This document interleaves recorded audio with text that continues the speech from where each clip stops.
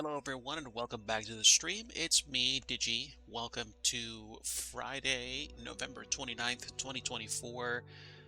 Thanksgiving has come and gone. Thanksgiving turkey has been joyfully consumed. And I had some Thanksgiving leftovers for breakfast. And now we're hopping back into Flight Sim 2024 to have some fun in Yellowstone with a little bit of helicopter ops, and hopefully we'll find some wildlife. I'm not, doing any kind of runs or taking pictures or anything like that. I just wanted to enjoy the sim and catch up with you, since I know it's been, sheesh, what, over a week since my last stream, DevOps or otherwise. And I've been catching up with you off stream and different channels in the Twitchverse, but hopefully today we'll get a chance to catch up some more and talk about life, talk about Flight Sim, talk about potential future directions for me. No, not talking about me quitting, because I'm not quitting. But I am interested very much in figuring out what my next steps are going to be, even if just casually. Fortunately, I have had the opportunity to make some progress on my Back to Scenery Dev campaign, if you will. It's essentially off to a rolling start after me trying to figure out how to get the exporting back up and running for the, what am I trying to say, for the 3D objects that I make through things like Blender.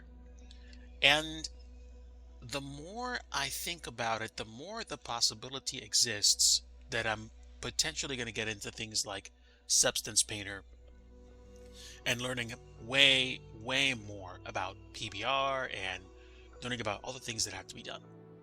So let's go ahead and jump into the sim and enjoy some heliops in Yellowstone before we decide anything else today.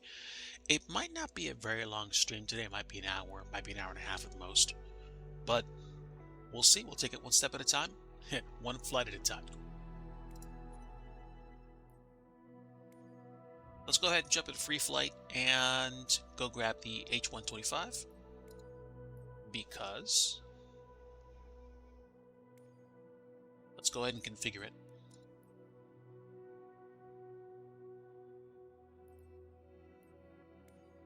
Passenger config and livery. I like the you don't see it obviously here, but it shows up in the sim.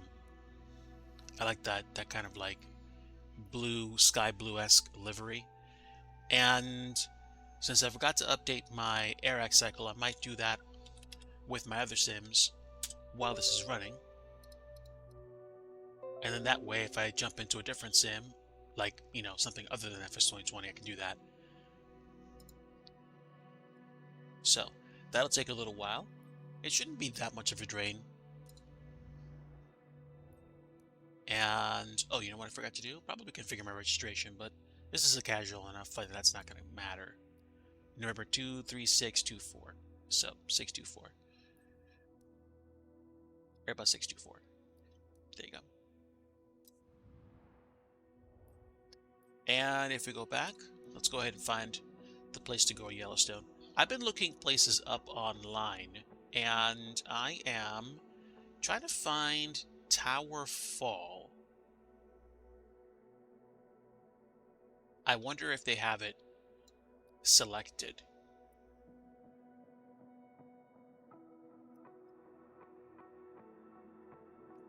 Let's go find West Yellowstone first.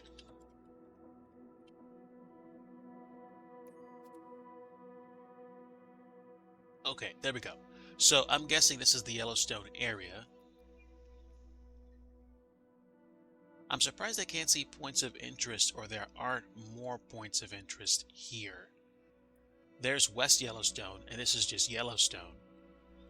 Henry's Lake. I might need to take a look at a bigger map to see places like this.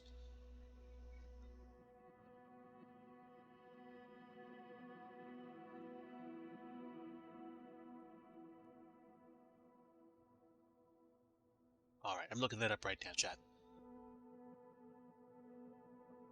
Alright, Yellowstone National Park.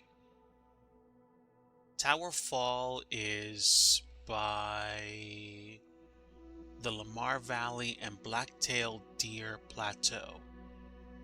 That does not help me, but I do see a map.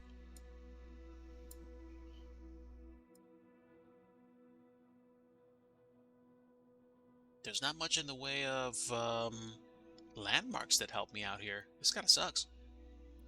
Big Sky. What's this? Non-Quarter Ranch. The last time I tried flying around Yellowstone, it wasn't very successful. So that's why I'm trying to figure out where to go. Let's see.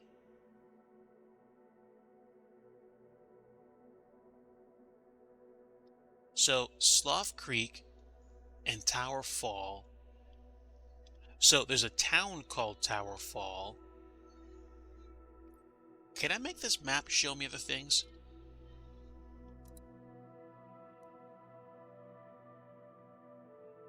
EFB, flight conditions. I wish there was a way to actually show more points of interest out here.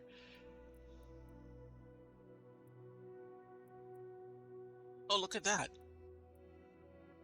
I didn't know KDIJ was here. I usually fly over places like Jackson Hole on the way to Idaho Falls.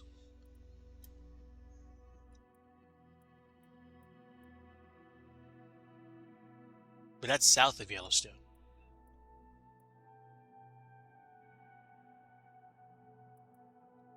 Okay, I know what to do. I know what to do. All right.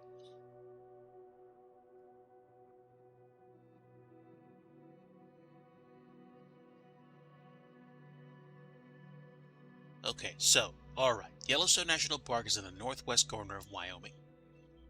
I want to go to Globe View because I want to make this look three-dimensional. And I want to find Tower Falls. Trout Peak, National Forest, McAllister, Monida.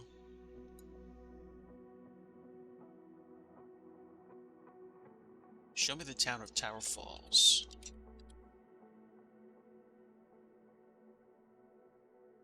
Tower Falls, Yellowstone. Okay, so Tower Falls, the Narrows. Can I see airports? I miss messing around with, Google to find local airports nearby, stuff like that. But now at least I have the... Does it show me the coordinates? It does not. I'm trying to find the coordinates.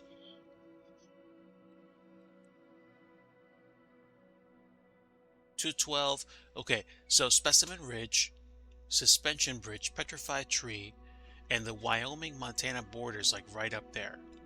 So... I don't know. I mean, I wish it was easier to find landmarks. Why is this that hard to do? Okay, let's at least find Big Sky and then see where we can go.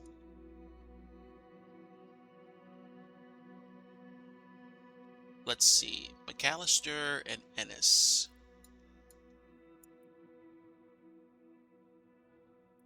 Okay. I think I am close. Okay, all right. So, Ennis, Big Sky, I think like all this area of, I see. Okay, so there's,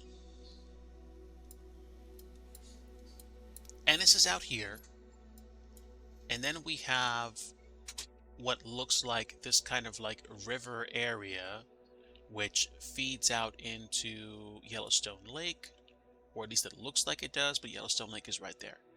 So, in theory, Tower Falls should be somewhere around here. Let's go ahead and set up and fly. Hey, Two-Faced Disc, my friend. Very good to see you. Welcome aboard. We're in FS 2024. We're going to do some helicopter drops in Yellowstone. Just gonna mess around with it for a little bit. Maybe I'll do a flight in a different sim later. But right now, I'm just getting myself set for a little bit of sightseeing.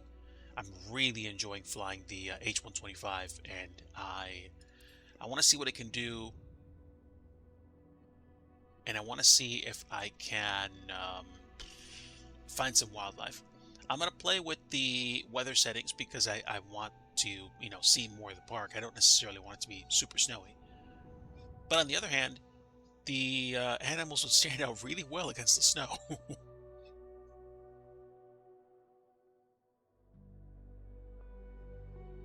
Yeah, I definitely like this livery for the H-125.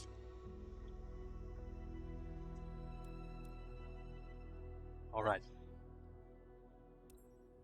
Also, I haven't spent a lot of time looking at the snow in this sim, so this is gonna be like really the first time I kind of spent some time in it. Just checking my levels right now. Let me know if it's too quiet or too loud. I think we should be okay right now, but of course, let me know and I'll try to adjust it just to make things more comfortable for everybody. Let me do a casual spin around this area. I think I'm in the vicinity of Tower Fall, but if I'm not, I'm just going to try to focus on finding some wildlife out here.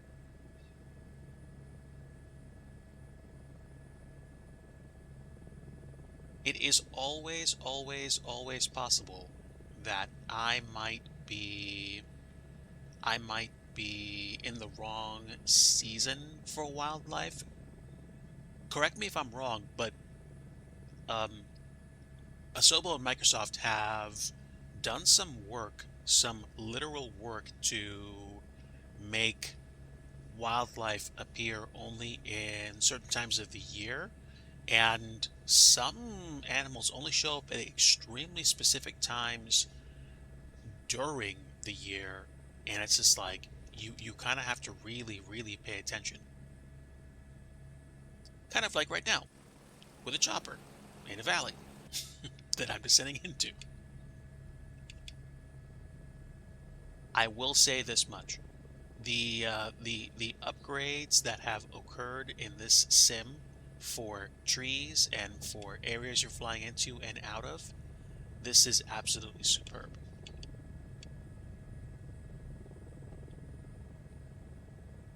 All right, let me see if I can put it down gently in the valley here and just kind of get my bearings.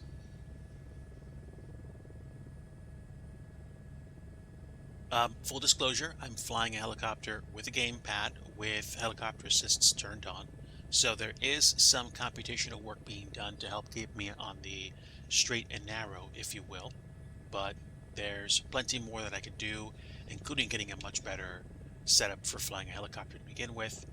I'm just having fun flying the H-125 right now. It's neat that it's kicking up snow and not dust. Gently. Just slowly coming down off the collective.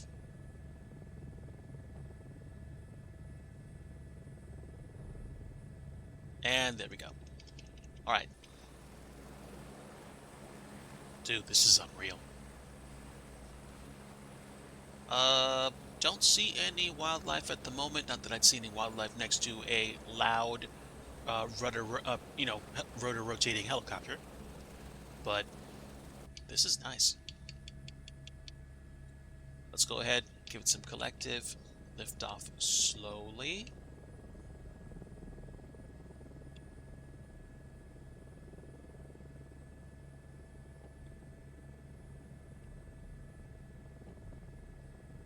I am sorely tempted to change the season, but I'm beside myself. I'm kind of beginning to enjoy flying in winter now, and I think at least part of it has to do with the fact that ground cover, you know, like I guess you could say procedurally generated terrain with like rocks and different plants and stuff. This is really, really selling the idea of being, off the beaten path, and it looks wonderful. The rivers, they kind of, go in places and do things that you wouldn't expect to see, but honestly, we've had issues with, rivers and terrain meshes since I don't know when. So it's not something that I'm worried about per se, but just this view is absolutely magnificent. First off, I can't recall flying through terrain mesh that looked this good, short of paying money for payware. And second, it just looks great. It looks superb.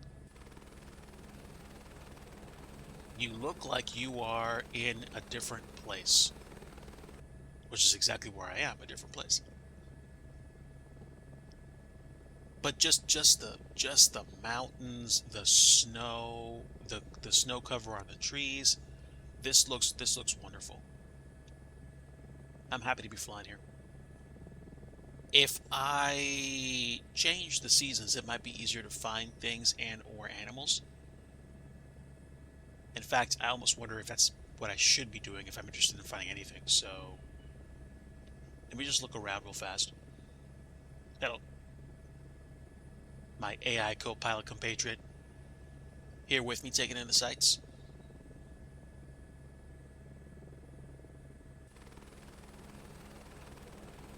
Like, give people about a year, and this sim will probably be thoroughly shaken down by freeware and payware developers, and you'll be able to do a whole bunch of stuff. I'm sure, I'm sure, companies like Parallel 42 are just sinking their teeth into the SDK or just the WASM modules and figuring out how they can make the sim pay. I would be very interested to see what they could do, especially since I think it was Parallel 42 that made that camping mod with one of those bush airplanes that you could really, really, really, really, really enjoy. All right, let's set the bird down here for now. And when I set it down, I'm going to play with the season and see if we can't make this look even prettier than it does right now, and maybe find some animals.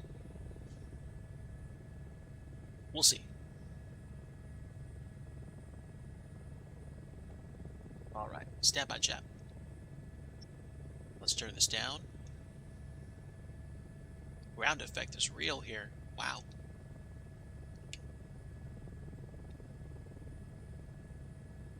Gently.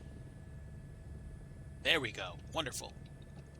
All right, so let's check the weather. Change the time. We're going to. Oh, we don't have live weather on anyway. I didn't even realize I was flying without it. All right, go back to October. Let's go back to September. Or do like early October. No, let's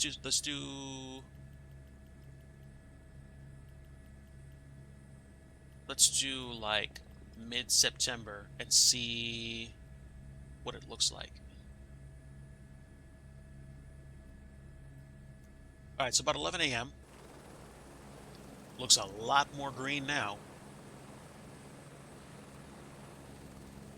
Okay, we'll do a few orbits around here. If I get enough altitude, I might be able to see Yellowstone Lake from up top. And then we'll figure out where we can go and whether or not it's going to be in my best interest to try to find animals, or just maybe set up for a flight and maybe sneak in some scenery dev along the way. It kind of is what I want to do, but it's also not at the same time. What am I trying to say? I'm enjoying this right now, and honestly, I wasn't expecting to be this much impressed by the ground cover in the sim. I'm very, very happy.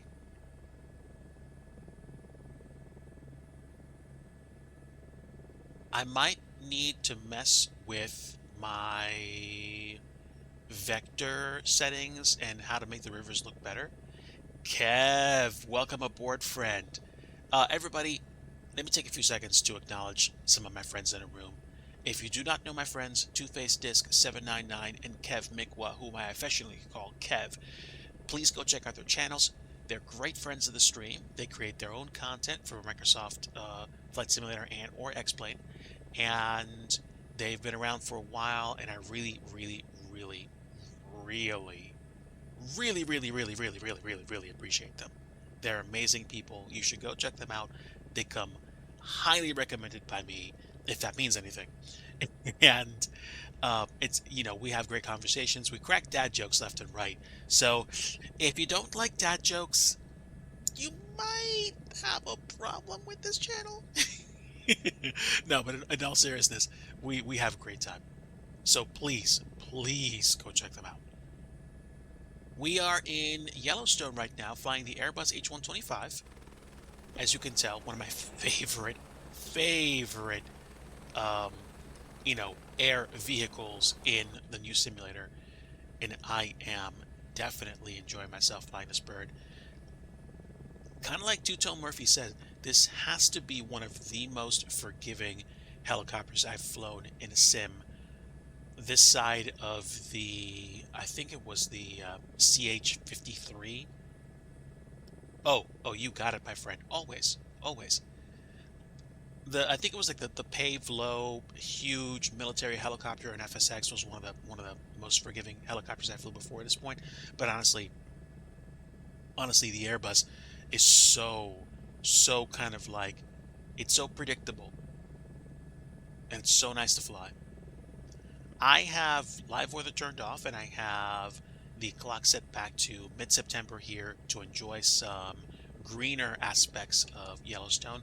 We're going to gain some altitude because I want to get above these walls and see if I can find where Yellowstone Lake is. I will say I am thoroughly enjoying the scenery. And we'll give it, like, say, another, like 15, 20 minutes? We'll see. If I have to go all the way out to the world map to just spawn closer to Yellowstone Lake, I'll probably do that too. I'm just enjoying the helicopters. I wasn't expecting to enjoy Whirlybird Ops that much, and to be completely honest, this has turned out to be quite a deal.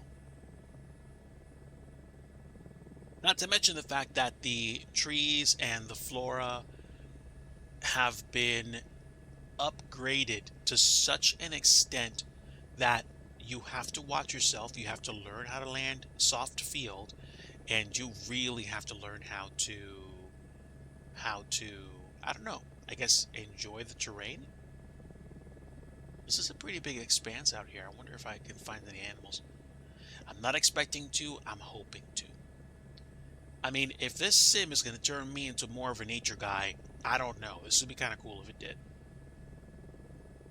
I just know, I know FS 2020 had its share of people that streamed bush flights, and I liked looking at them. But watching people like Charlie Foxtrot and It's NorCali and Burstix fly, and Chillmaze, of course, Chillmaze is great, fly bush aircraft in FS 2024, it's just a different experience altogether. There's such a bigger world, it feels like, to explore because of the fact that the satellite imagery has been upgraded to such an extent. I still feel like there's some slight coloration that happens, but at the same time, I feel like they've either introduced better logic that's made this perform or look way nicer, or it's just on a completely different level. And wow, we were in this valley, I think, a little while ago, so this is enormous. I might go check for wildlife around the Grand Canyon or in, I don't know, the plains of Montana. I know I found like animals, farm animals, when I was in Missouri. So I might go hunting for more sheep. I don't know. But I can tell you, I do like flying this helicopter a lot, and I like the way that the landscape looks. This, in general, is going to get me way more interested in general aviation than flying airliners in FS 2024. And I do feel like there's, some kinks being worked out of the current scheme for airline flights, but people are flying airliners now more and more. And I did get a chance to hop into the AnyBuilds version 2 A320 Neo, and I was able to do things like, request the jetway, get the plane started, push back, and not have a problem using that. I think it was just the default planes, not the default planes that didn't have that kind of did not have that kind of interface that made me go, oh yeah, I don't like having to, contact like the default ATC for stuff, and that's me. That's me. I will say I'm liking the landscape while I go look for wildlife. I'm not expecting to find any. I hope I do. And I'm still not high enough to see where the lake is. I might cheat and go into slew mode, but I kind of don't have a reason to right now. I'm just enjoying what I see in front of me. If I head for like that hill over to my 1 o'clock, I'm probably at least going to see a whole bunch of open space. If there's any wildlife around here, it's probably going to show up in this area.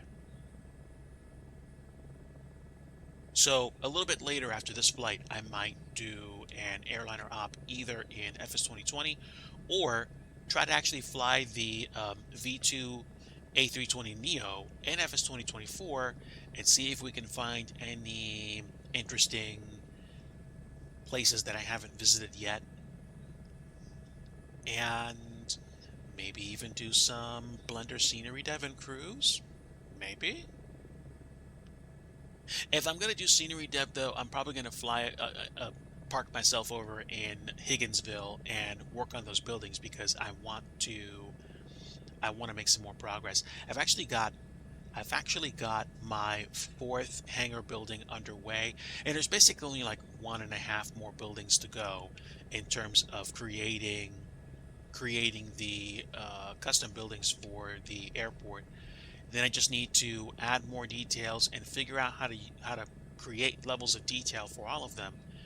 And because it's just going to be like a version 1 freeware release on flightsim.to, all I want to do is create the buildings, however basic they look, make sure that the buildings are lit or figure out how to light them up nice, and then probably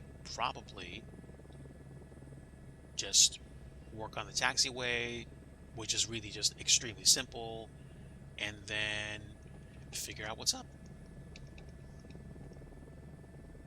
We've got a bunch of forest here. This is amazing. It is nice. It is nice. Do you like it? Do you like it? I like it. Don't mind me being a goofball. I was gonna set down in the other field where all those tree logs were, but I think I'm gonna go for this space over here, see if I can see anything.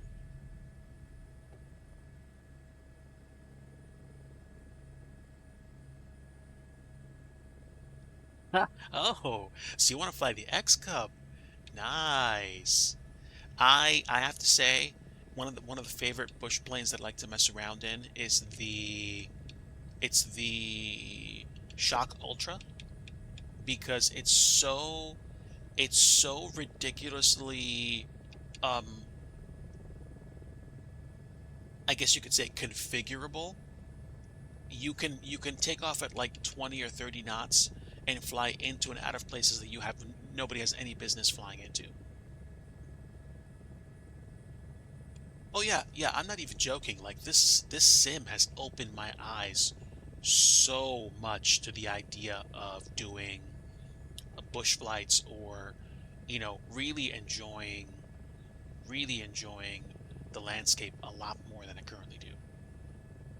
All right, let me let the helicopter sort itself out. Add a little bit of cyclic. There we go. There we go. A little bit of up attitude. And just start pulling back the... Oh, wow. Sheesh, that was that close to the ground? That's amazing. Okay, let me cheat a little bit. I'm going to go into the drone cam mode, see if I can find anybody. Not anybody, but I mean any wildlife.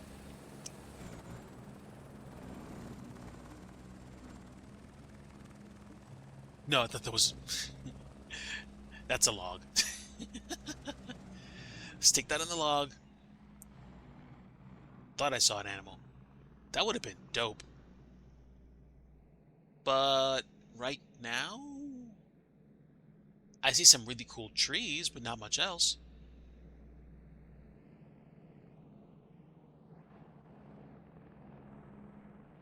Another stump. Some rocks. I'm telling, like, okay, look, we didn't have stuff like this in FS 2020. This looks way more believable as someplace you wouldn't want to stick an airplane than what we had before. And what we had before wasn't bad. Like, you know, you stretched your imagination a little bit, but now we have some proper ground cover. And you can walk through this stuff with your avatar, you know? Like how close are we to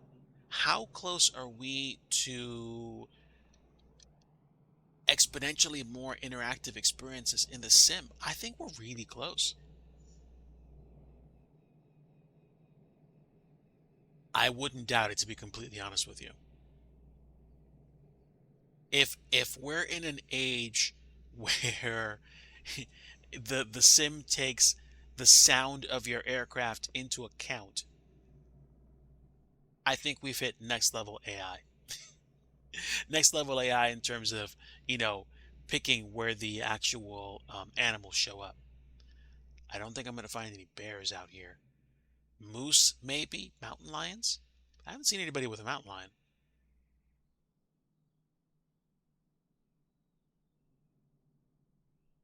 I was not expecting I was not expecting to be able to get out of the aircraft, or, you know, wherever it is that you are. I wasn't expecting that. So that is in and of itself great.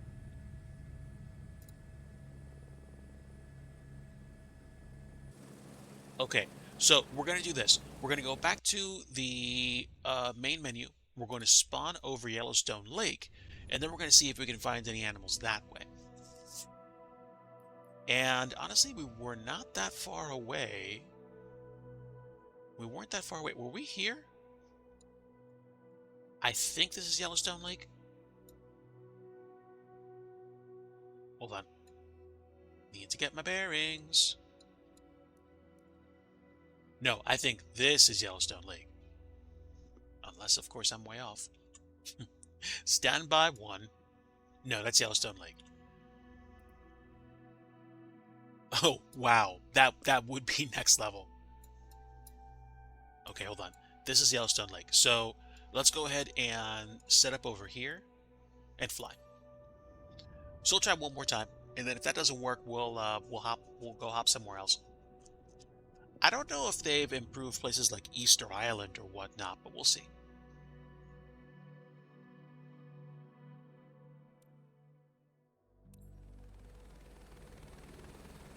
All right. So first thing, let's see what this place looks like with live weather.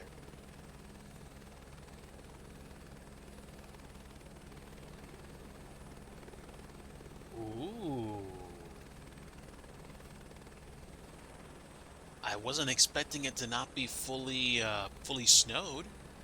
That's nice. Might have to keep this.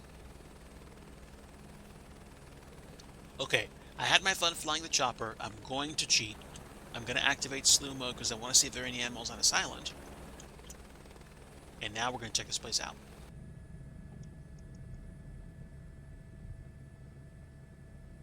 All right, let's do some low passes. I'm most likely not going to see anything, but this looks wonderful.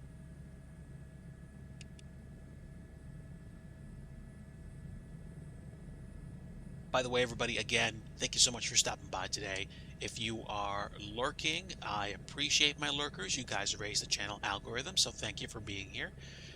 I appreciate everybody that stops by. Feel free to give this channel a follow if you like the content. I typically tend to do flight sim scenery development on stream, but as you can clearly tell, Flight Sim 2024 has my attention. So I am enjoying the landscape and seeing new vistas, flying to places that I have not usually visited. We have wildlife. We have wildlife. It's down there. It's down there. All right. So, I think it's moose. It's moose. Iowa Scotsman, hello. Welcome. Welcome. I think we just found wildlife. I'm going to sit down by this lake and just drone cam over there just so I can leave them be. Oh, this is amazing. Yes. All right.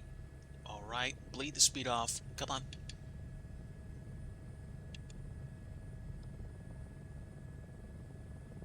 And gently, gently.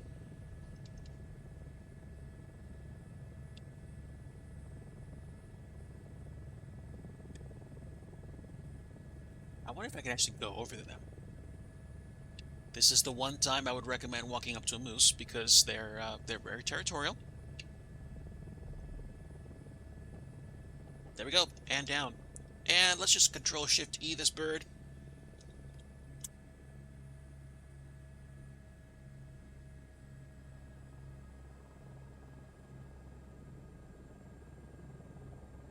And let's go ahead and park it. Generators, horn, avionics. Battery can come off. And because I'm just a casual flight simmer right now, I will start slowly applying rotor brake, even though in theory you're supposed to do it way, way, way later. Because I don't care.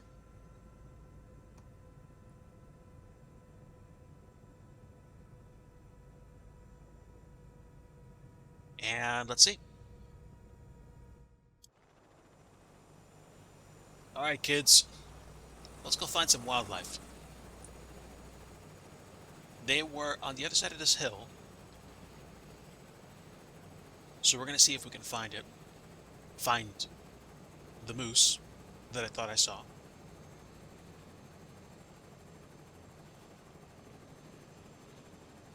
By the way, the trees. The trees. My word.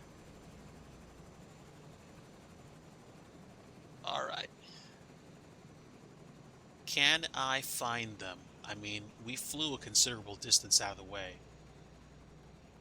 But I knew I saw them on the island when we flew over it. Should be in the clearing somewhere.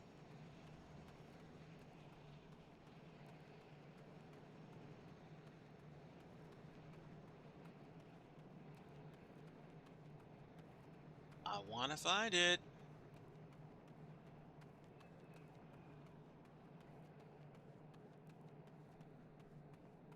I think they're in the field. Can I switch from this view? Yes, I should be able to. Oh no, wait, hold on. This doesn't matter. It's because I'm on foot. I can't swap over.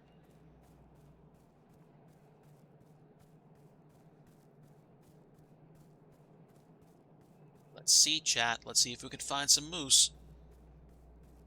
That would just kick it for me. This is what I'm talking about. Like, oh, definitely. Enjoy the phone call, and I hope that you and the fam are doing wonderful, Kev. I will probably be here for a little bit longer, and it looks like we found our animals. Can I zoom in? No, because I'm not in probably in photo mode. Enjoy the lurk, and if anybody's on, you can always use the exclamation lurk command if you want to, let me know that you're going to go on lurk. You don't have to. It's just a command. But Iowa Scotsman, I hope that you're doing very good today, and that you got a chance to have fun and enjoy Thanksgiving with family. And it does look like we have moose here. This is incredible. I don't care that they're on like a behavior loop. I'm actually seeing moose. This is great. Now, Let's see if they walk away from me.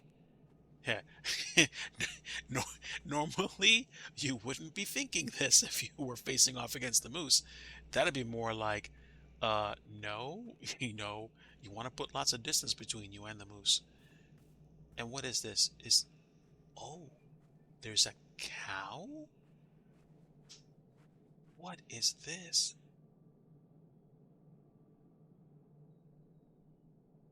I don't know if the AI is slightly off, but it does look like the wildlife does want to get away from you when you get real close. Oh, wow. Look at that.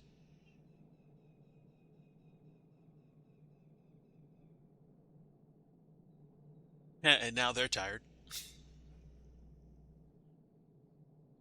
This is amazing. I almost kind of wish I was in uh in camera mode. That's dope.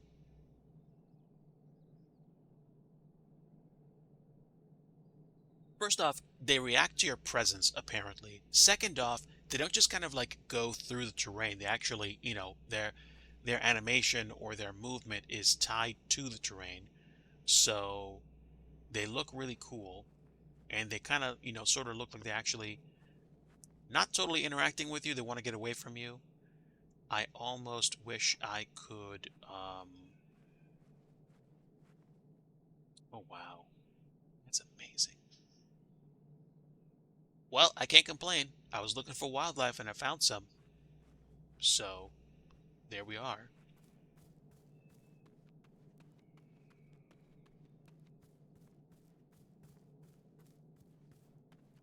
Before you rush off, let me take a look at you. Hello. Hello. That's amazing.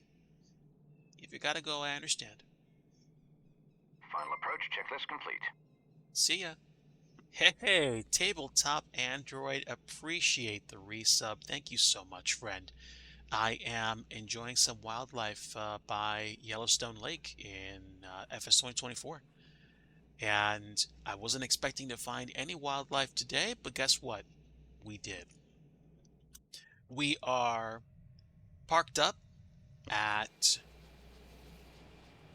some uh, unknown island in the lake, and I was doing some flying in the H-125 and just enjoying myself. I was looking for wildlife, and we just happened to find some. So, if you have any interest in helicopter flying in the sim, and you even have one joystick with a twist yoke for rudder, twist stick for rudder, then you have all you need as long as you have, like, throttle or buttons to push for throttle so that you can actually operate a helicopter. Oh, okay. So they're found in sim objects. Got it. Got it. That'd be kind of cool to, purposely put animals in the sceneries. I'm a fan of that, or at least I'm a fan of the idea. So definitely sounds like something I'd probably try. Okay. So there we go. I mean, that's like stage one complete. We spent the first 45 minutes flying around in the sim, and now we found wildlife. So I'm happy. I'm happy. Let's go ahead and go back to the main menu and see. You know what? We're gonna try a flight in the Neo. Even if it's just a ferry flight. Oh, tabletop, that's next level. I would I would download scenery that you made if you purposely included that. Um, then I think the next level would be you would have to interact. You would have to scramble, like send a service truck out to where the birds were. Wait, what if you were ground crew and then on VATSIM they had to get the ground crew to come out to take care of the birds? Dude, that would we're we're we're on the cusp. We are on the brink of turning flight sim into something that is exponentially more involved than I think anyone has an idea. I think it's possible. Or if not possible, at the very least, we're on the cusp of something really cool. Let's do passenger transport and let's go find a livery. We could do EasyJet. We could ferry some Global Freightways employees somewhere. And I gotta say, I'm a big fan of the Global Freightways livery. I'm a big fan. You know what? Let's do that. Let's have some fun. Let's ferry some friends. November 820 Golf Foxtrot, and we'll call this global. Flight number, let's see, GLB, which is my made-up symbol for Global Freightways, GLB 197, and there we go. No need to append heavy because it's just an A320. Neo, excuse me, but we're good.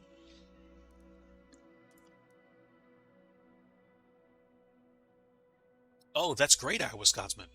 I mean, hey, uh, I'm heavily biased in this. The H125 is my go-to if I'm going to do stuff like that. Okay, so let me think.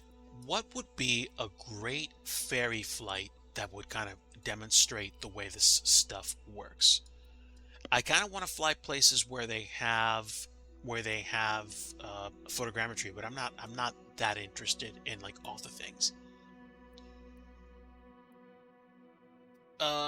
Austin to San Antonio is a little too close, but what if we could find, where's Amarillo? Where's Amarillo? Abilene, Wichita Falls, Lubbock.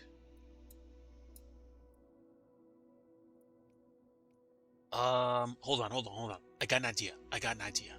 Fort Stockton, Fort Davis. What am I looking for? I'm way in. There we go. There's Amarillo. So let's see. Amarillo to Albuquerque. You know what? Let's try it. Let's try it. I think this is KAMA. KAMA. We're gonna try Amarillo, and we're gonna fly to Albuquerque. We're gonna have some fun with a really quick flight. Do we have a passenger terminal here? Yes, we do. Right here. Okay. Default, but I don't care. We will start off at...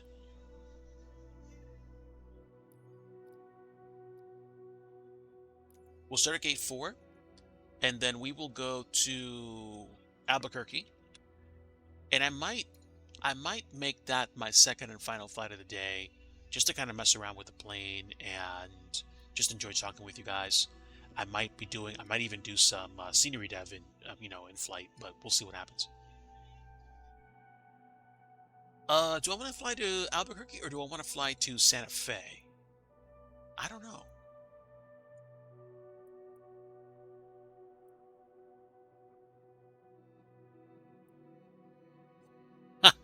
my my brain kind of flipped for a moment. I'm like, wait, Albuquerque isn't past Las Vegas.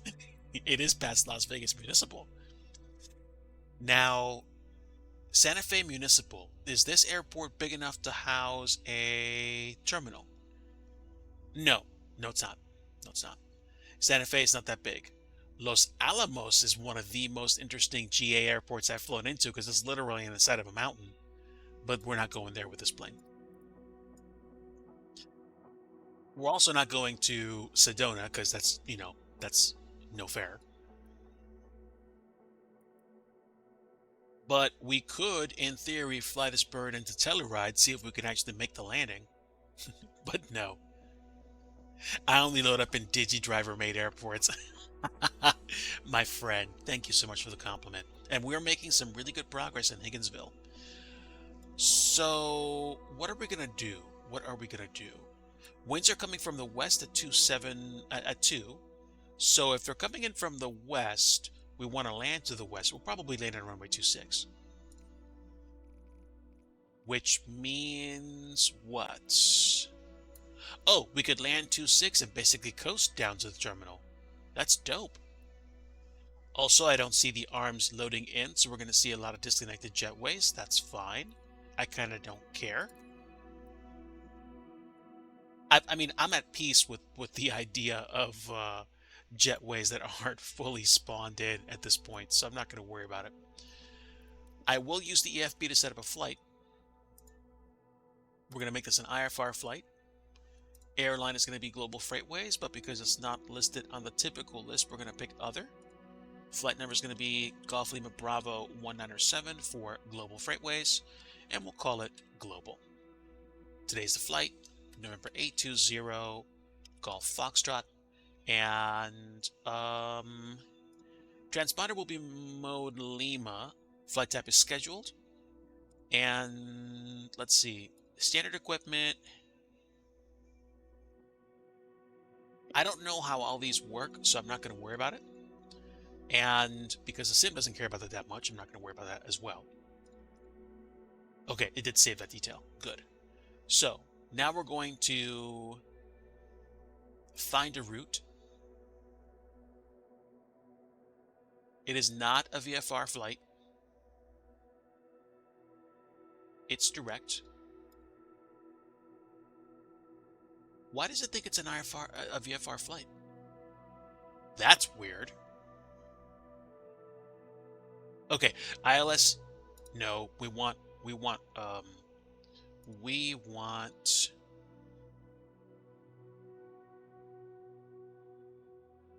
Why does it explicitly want runway 3 when the winds are coming from? Well, the winds are coming from the west, and they're not that strong. Tabletop Android, thanks so much for stopping by. Really appreciate you. Have a great day. That would probably be why. Okay, RNAV 26 Yankee. We can take the Zulu. And then we'll go direct. And that changes the procedure. And now, can we choose a different departure out of here? It's gonna be direct. And flight level for this flight, I'm guessing it's gonna be like maybe, I don't know, 30 minutes? I don't think we're gonna get much higher than flight level 240.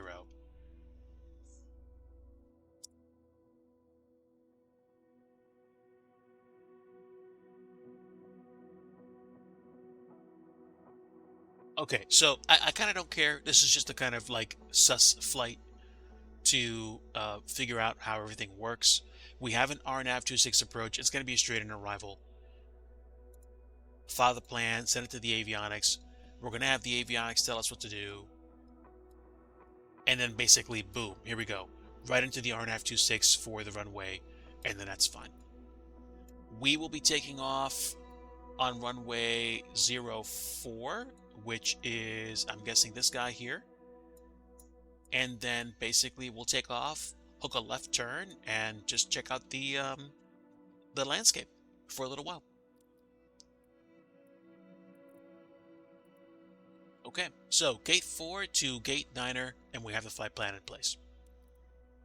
And gate 9er is one of the first gates at Albuquerque. Is it that close, or is it further away than I think? Because Amarillo is not at the end of Texas.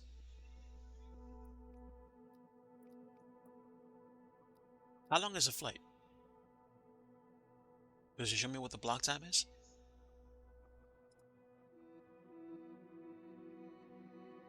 We'll have like about 14,000 pounds of fuel up, and we'll see. Oh, total distance, 240 nautical miles. So that is going to be about 3/4 of an hour. So about 45 minutes. Okay, I changed my mind. We're probably going to be a lot closer to flight level 280 or maybe even 300. But it's not going to be much higher than that. And that's fine. So there we go. Send route to the avionics. We're done. Let's start the flight.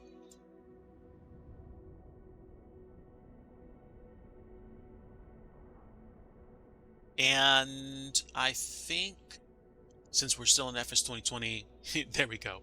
The title should still apply.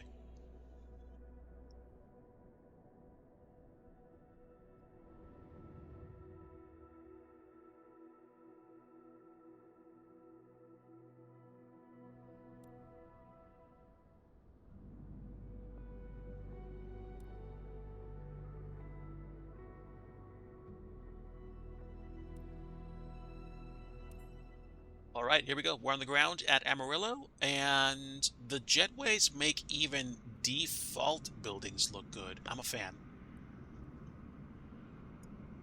All right. No secure tower condition good. We'll take care of the chocks right now since we're on the ground. And it's choppy. That's okay. Maybe the stuff is still loading in. We'll take the engine covers off. And I will use my gamepad to move around because things. All right, we got some folks here for ground services, and I think we're already hooked up to ground power, which is good. Big engines. Somebody's coming in. I think it's an Air Mexico flight. I could be wrong. I think we're okay. I think I took off everything that needs to be taken off.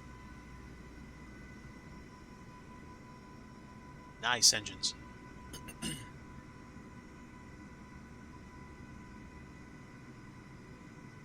All right, give me a boost. I'm coming up. If I can.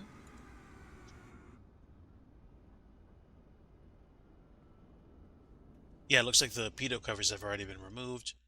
There we go. I clicked in. I'm in. It's me and the first officer. Let's go ahead and get everything set. So I'll use the EFB. And it's not filed on SimBrief. Again, this is just a very quick flight. OFB is not downloaded because we didn't use SimBrief for it. I don't care. This came down for some reason. Please go away. And I think it should be fine for all the payload that I already put in. Fuel is 5,379 pounds. I'm going to put like about 8,000 kilos. I said pounds, I meant kilos. And we're going to take like about 115 passengers with us. There's my CGW. I have my numbers. I think I can send these to the send these to the sim, and I will tackle the jetway, open the door, and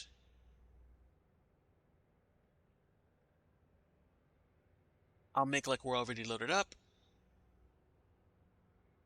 And also it looks like oh, there we go. The jetway's coming in from the other side. Whoops. Okay, so that door's open. That's fine. We'll get the cabin lights up as we prep for departure. Okay, we have fuel. Zero fuel weight is 52.2 or 52.3 at 27. Actually, 52.2 at... Oh, we're loading. I see. Is anybody boarding? Because that would be dope to see. I think that's more GSX thing.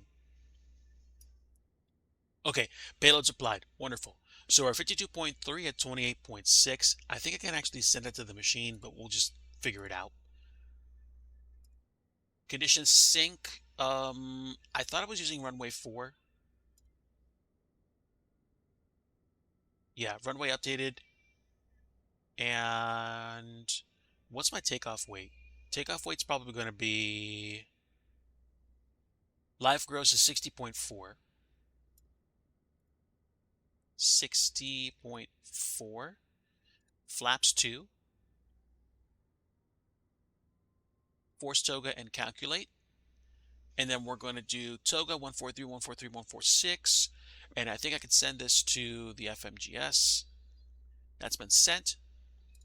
And I think we are hooked up. So they're boarding in the dark. Now let's go ahead and start getting everything set up here.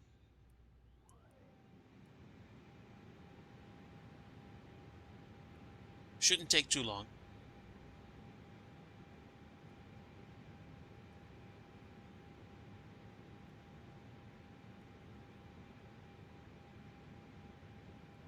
Okay.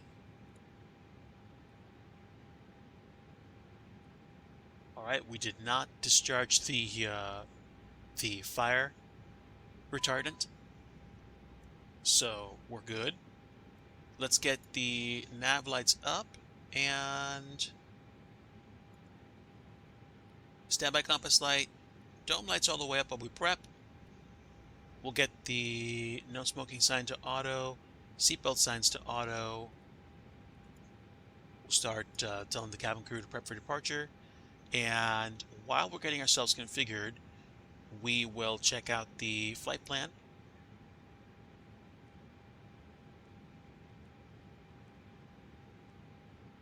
All right, FMGC. Okay, so in the sim, the air racks are pretty good, and I just updated them outside for the other sim. So I'm not going to be doing FS 2020, but I will probably take a few seconds to make sure that its systems are set. Air rack cycle is 2412. And it looks like I'm getting a newer version of Navigraph Hub, which is fine. I don't think Navigraph Hub is set up for FS 2024 just yet. I'm just doing some stuff in the background, chat. I'm sorry.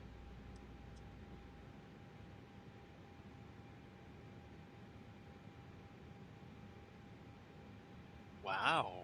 Sim brief dispatch for FS 2020. That's cool. All right, so the ARAC cycle, I think, has been updated for it. And what? I didn't realize that the Navigraph Hub now has section for FS 2024. Okay, I'll have to check this out in the future, but that's great. That's fine. All right, so next page, element. All right, go straight to init. Init request. No, that's not what I wanted. Oh, no. Okay, that's fine. That's fine. We'll do it by hand. We will do Kilo Alpha Mike Alpha to Kilo Alpha Bravo Quebec. That is our current flight. And it's not going to be Orbit 197. It's going to be Global Freightways 197.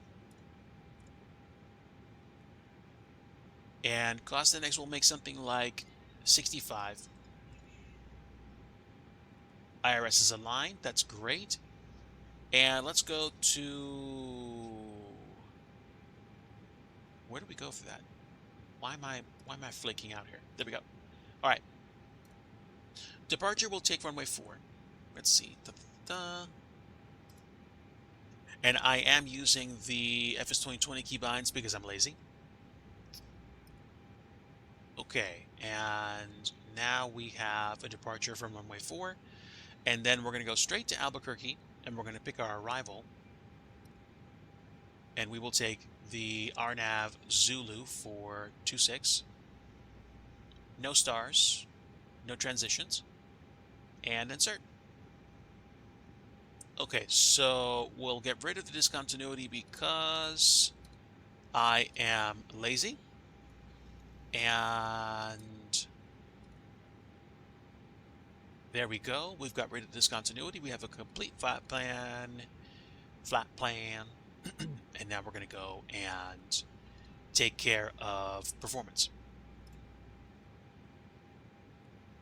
So that's that. I said 143. Oh, I can't just pop it over? That's weird. Maybe I'm forgetting to do something. 143, 143. I might have to take those tooltips off because they're starting to get annoying. 146. Flaps 2 with an up of 0.4, which is what I typically do when I have any kind of fairly significant load. Flex for today, we're gonna push Toga and takeoff data updated. Did I? No, that's it. Transitions 18,000, and that should be fine. That should be fine. At least I think it should be fine. We're doing an RNAV, so I don't need to do anything with regards to setting up an ILS, but this is an Airbus, so it takes care of it for me, most of it at least. And we're going to go straight up to cruise at 300, and it shouldn't be that long. It's going to be a very quick flight. This should be fine once we actually get done. Manage speed, manage departure, managed everything, managed all the things. And we're going to go up to the top because I forgot to actually turn on my batteries because we're hooked up to the GPU.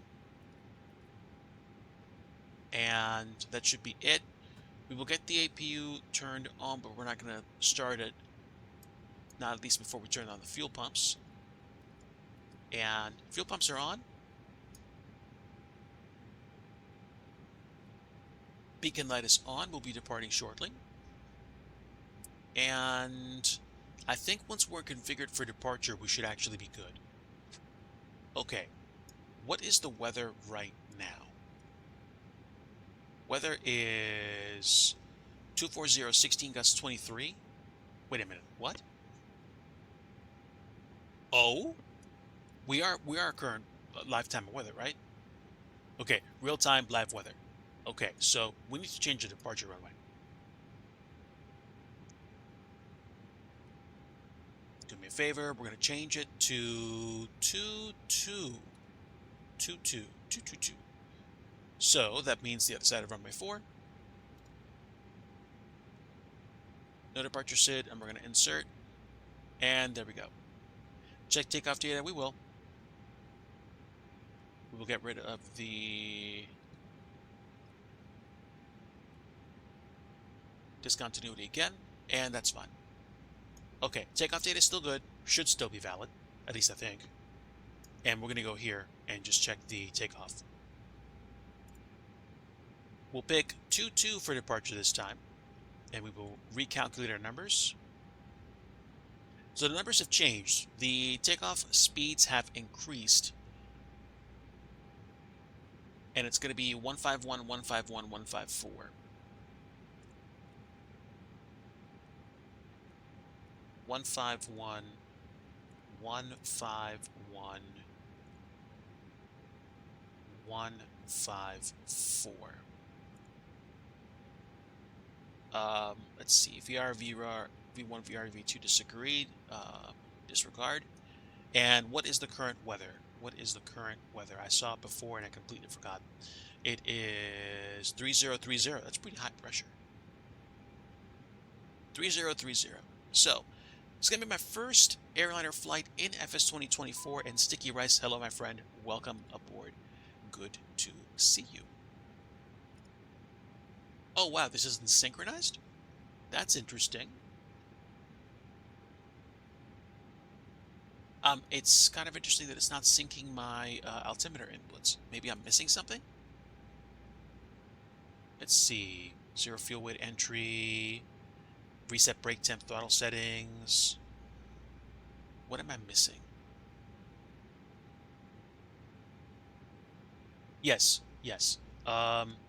Captain and first officer. So that should be what I want it to be. And we're good. We're good. At least I think we are for departure.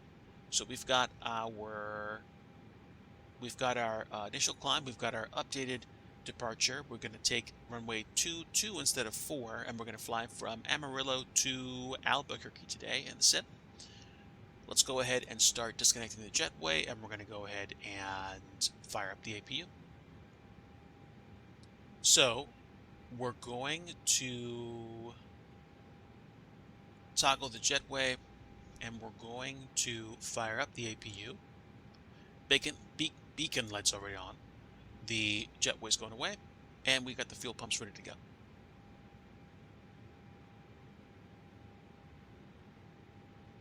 APU is slowly coming up.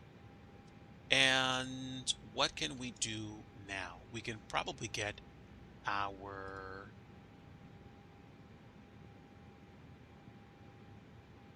chocks removed if we have the parking brake set, which we do. So let's go ahead and remove the chocks. Actually, I don't think you can take the chocks away once we actually have the APU started. So, actually, no, this is the AnyBuilds version 2 A320 Neo, which was given to us for free in FS 2020, but now I am using it in FS 2024. I don't have the Phoenix, although based on what everybody's been doing with it and how many people actually have it, I might have to get it sometime in the future. Just enjoying some AnyBuilds A320 Neo NES for a quick ferry flight to Albuquerque. 2024, that's correct. Yeah, enjoying the new sim. Okay, APU is available. We can switch over to APU bleed and turn off the external power. All right, so there we go. External power should be gone now. And okay, we took the chocks away. Duh. All right. Cabin lights, we'll go ahead and turn those off for now. And toggle the pushback truck. I think the pushback truck should be getting ready. Hello? Hi, how you doing? We don't have chocks in place. So let's just take it one step at a time. APU is available. It is running. We have the flight plan set, and we went GPS primary, so I'm not sure why the speeds are not doing what I want them to, but we'll take it a step at a time, like I said. APU bleed is on. Let's get the seatbelt signs all the way up. We'll turn the dome lights off, and that should be everything I need. I think the only thing I need to do now is actually get the... Oh yeah, for some reason I can't actually do anything with the transponder in the sim, but whatever. It is what it is. And weather system will get set once we actually get out of here. So that's fine. Let's go ahead and request pushback if it's even possible.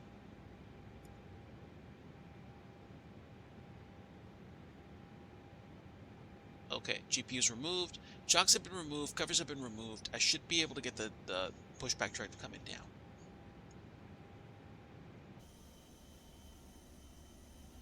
I think. Maybe it has to get a command first. There we go. That's what I forgot to do. Pushback started. Okay. Parking brake removed. We will get the block timer going. And we'll get the engines underway. Ignition to start. And we will taxi up to runway 22. Engine 2 start, please. Let's go.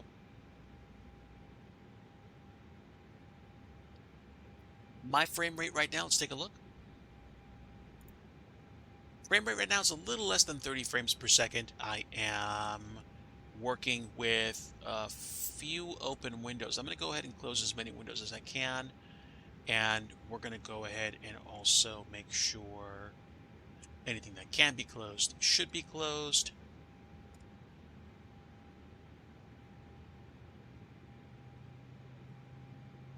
Is what it is. I mean, you know, I'm flying A320 Neo with a whole bunch of systems.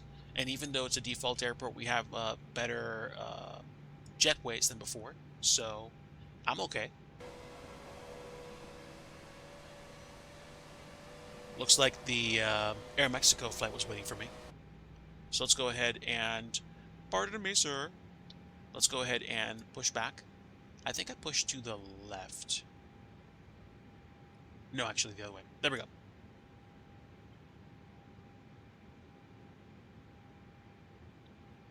Okay, now I should be able to get this started for the second engine.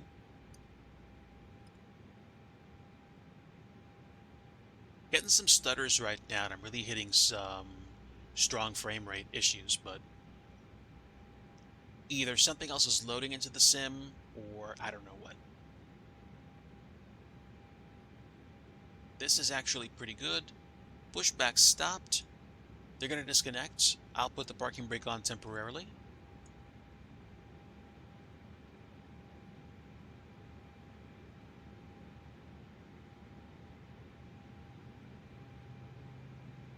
I think we're loading a whole bunch of stuff. I don't know. I don't know. While we're waiting, let's go ahead and get flaps to 2. And we will set up the trim.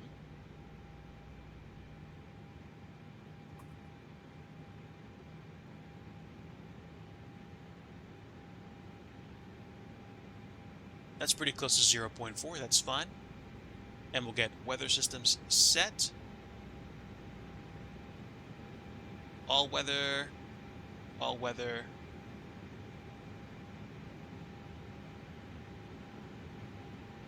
Ooh, wow. I don't know why my frame rate's so bad. Is the scenery reloading? Huh.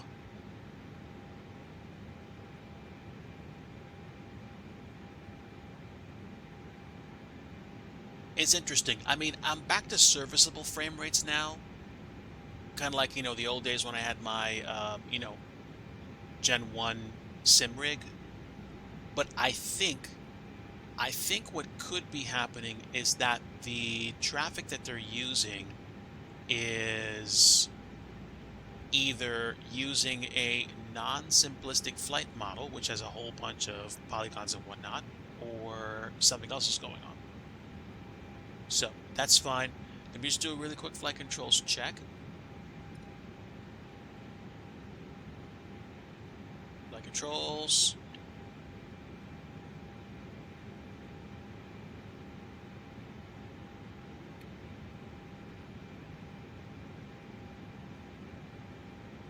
There we go, good enough. And I believe I can arm the throttle. Okay, frame rate's back to normal. Either the other plane despawned or everything finished loading. I can tell that there is something that's either still being loaded or the plane takes away from my frame rate slightly, but both engines are available, so I can take the ignition mode back to normal, and I can turn off the APU bleed and turn off the APU. I'll turn the probe heat off, probe heat on, and we should be fine. So, give me taxi lights for the nose, strobes and landing lights in the auto position, and arm the emergency lights like I should have. Whoops. And that's it. Auto brake to max. Let's go ahead and notify the cabin. And flaps are in takeoff config. I need to arm my spoilers. I thought I did that before. Is it Shift J? There we go.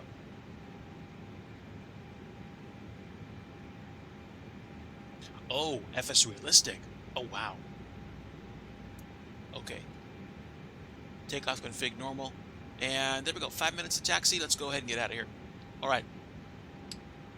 Parking brake. Release. All right, let's give it the beans.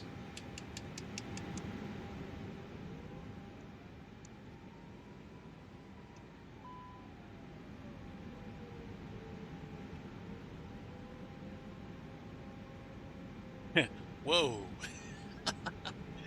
My throttle detents are like incredibly strong.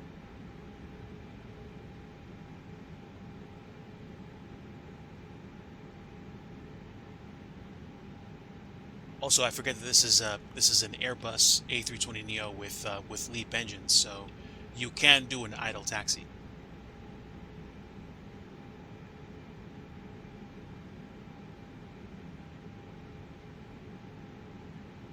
So here we are.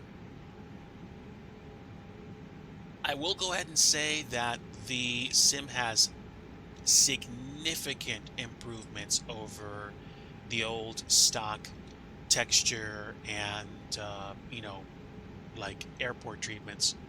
The buildings are still going to be default. Why are we taxiing so fast and idle? That's crazy. Also, I'm still loading some stuff in, apparently. Don't know why. Is what it is. I mean, I'm okay. Airport treatments, like the updated materials. Why are we literally taxiing at 30 knots when I'm on idle thrust?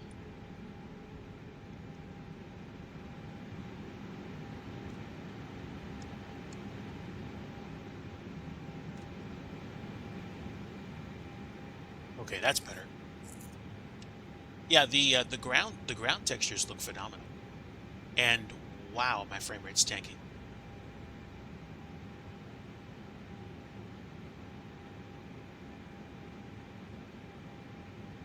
Okay, so yeah, the runway.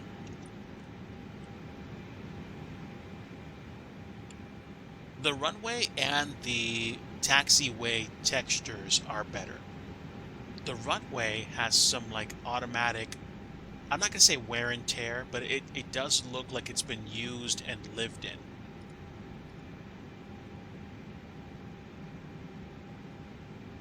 There we go. Okay, so the flight direction had to be turned on to get those speeds to go away.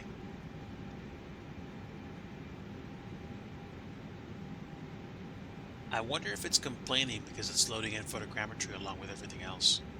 I don't know.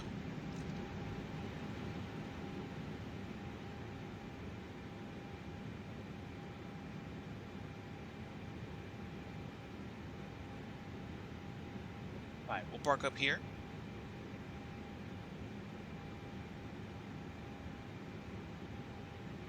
And I will take a look at the parking brake. And we'll make sure we're configured for departure. Wow. I don't know. Today's not the best day what was I gonna say? It's not the best day for my bandwidth for some reason. I should be good. But there could also be a reason why. And I think I know why. So let me get some stuff out of the way. Then I should be okay. Like I said, frame rate is kinda sorta serviceable, but I'm not happy right now.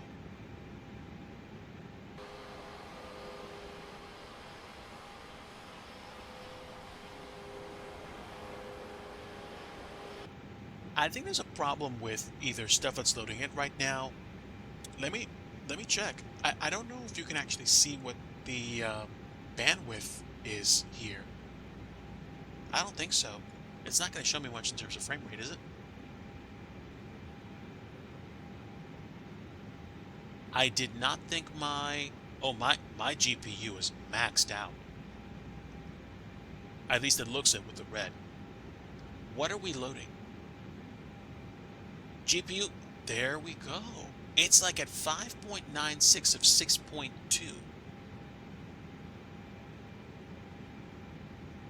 So what are we trying to upload right now? Okay, we're back to 30. So GPU's back to normal. It could be loading in the photogrammetry. We're okay now. I have an 8 gig VRAM card, and it wasn't really an issue in FS 2020, but I guess 12 or 16 is the new 12 or 16 is the new normal now. I don't know, to be quite honest. All right, let's take the. Oh wow, why is my view so crummy? I was doing a flight I think 1 or 2 days ago in this plane without difficulty.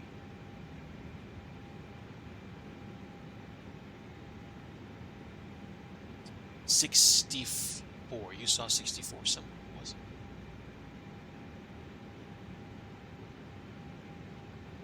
it? Graphics preset custom. Yeah, we're back to tanking out the VRAM memory. I'm not sure what's loading in. I'm parked on the ramp. Frame rate's better now, but I think it's. I almost wonder if it's the interior that's causing me a problem. I don't have anything custom. I don't use GPS GSX. So whatever. Let's go ahead and taxi out to the runway.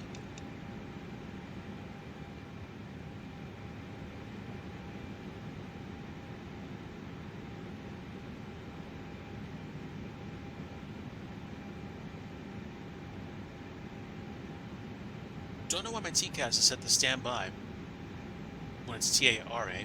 That could be a bug.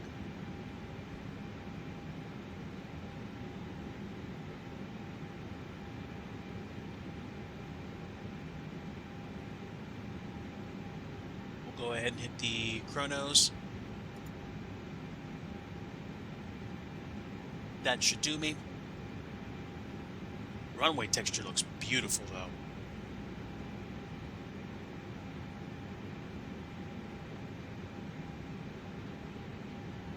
Maybe? Don't know.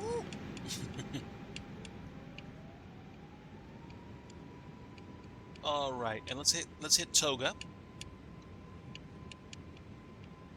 Mantoga, there we go. SRS runway.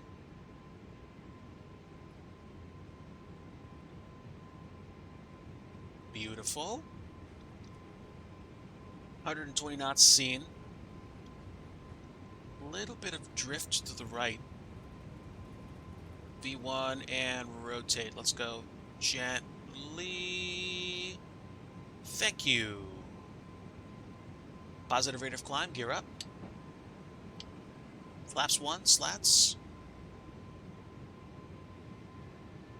And flaps to 0. 400.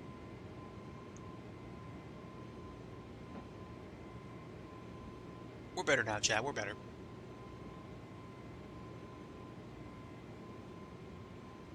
All right, 800 feet, close enough to 1,000 feet. Let's go autopilot. Manage departure. And I turned the nose lights off already. Landing lights on. And there we go.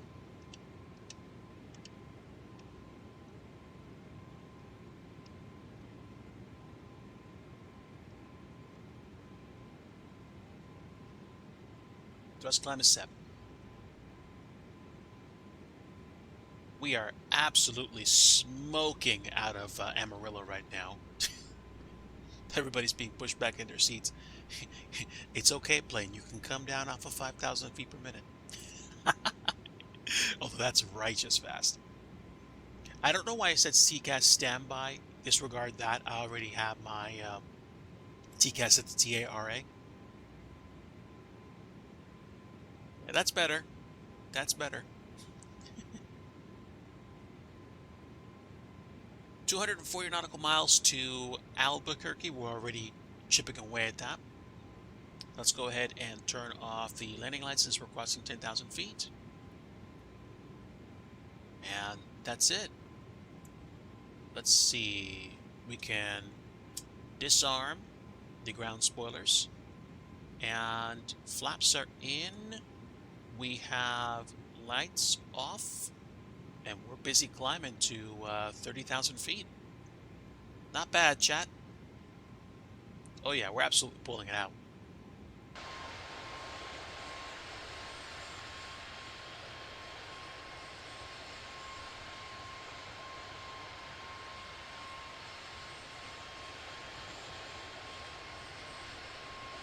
There's a good chunk of photogrammetry out here.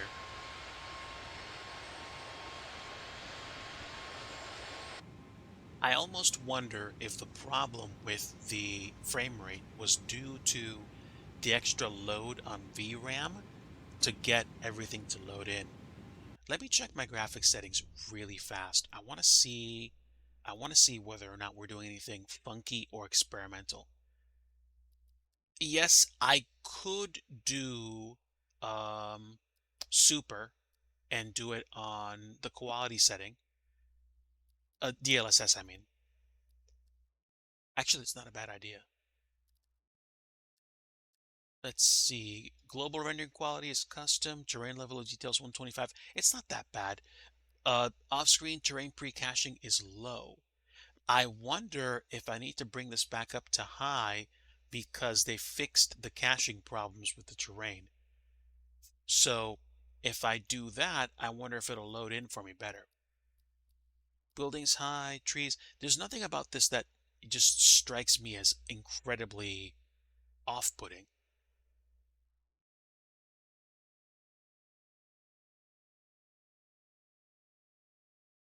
Oh, some streams don't use the cache. Okay.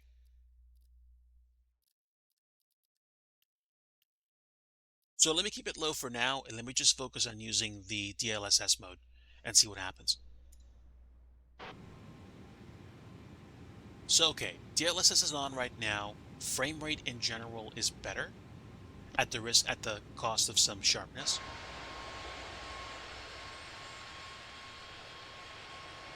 Yeah, that, to be honest with you, that could have been it.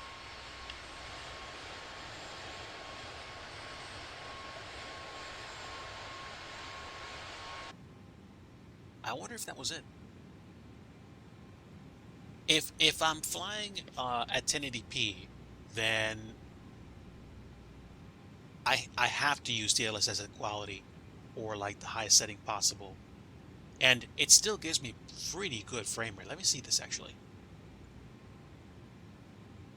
Yeah, we're about a solid 30 FPS. Usually when I'm on the ground, it's usually better. And my refresh rate is set to medium, so I'm okay.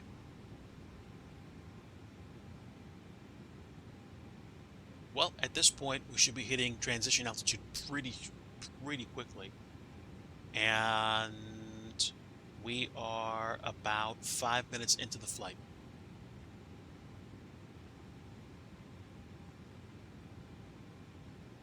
So I have DLSS on, and I think it helps a little bit.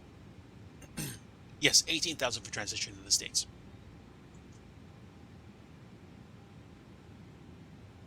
There we go. We can hit standard.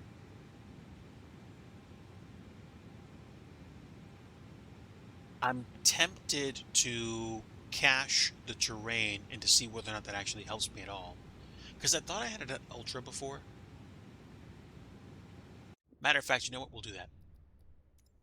DLSS is going to help me a little bit, but let me be the guinea pig here and see what happens when we come into Albuquerque.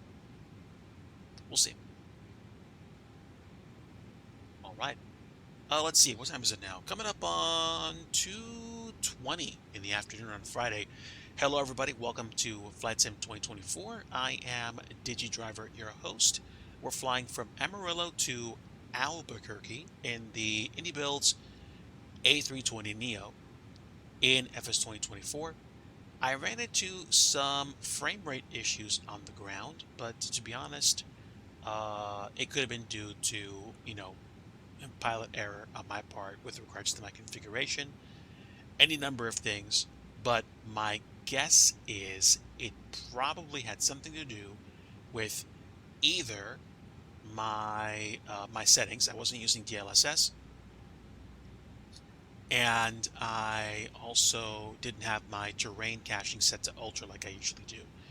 Now, some people say, they don't like keep it at low. I'm not talking about a rolling cache. I'm just talking about the pre-caching of terrain. But things seem to be a lot cooler now. We are in flight, and the terrain looks wonderful. I have quality setting up on DLSS, and In theory, I could probably change my resolution to something even higher and still have a good time.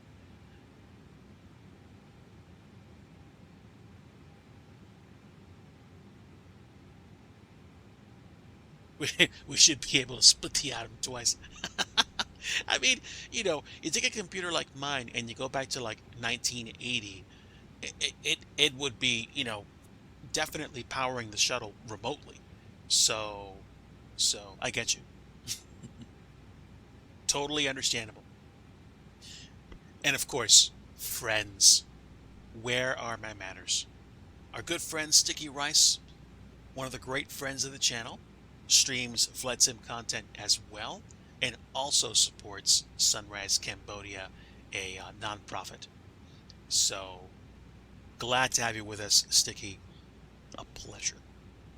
We are now actually getting settled into a nice, comfy, cushy, frame-ready flight, and we are well on our way to our cruise altitude of 30,000 feet, where we will be probably for, I'd say, maybe 20 minutes, maybe. I can't tell. But if I take a look at the flight plan, if we're going to be if we need to be probably around maybe 8 to 6,000 feet for approach, we'll need to begin the descent somewhere like 80 nautical miles out. So I'll keep my eyes peeled.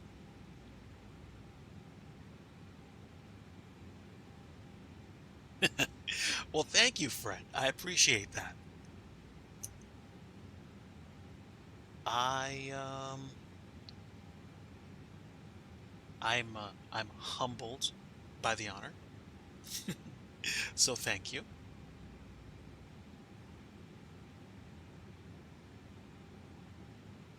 Man,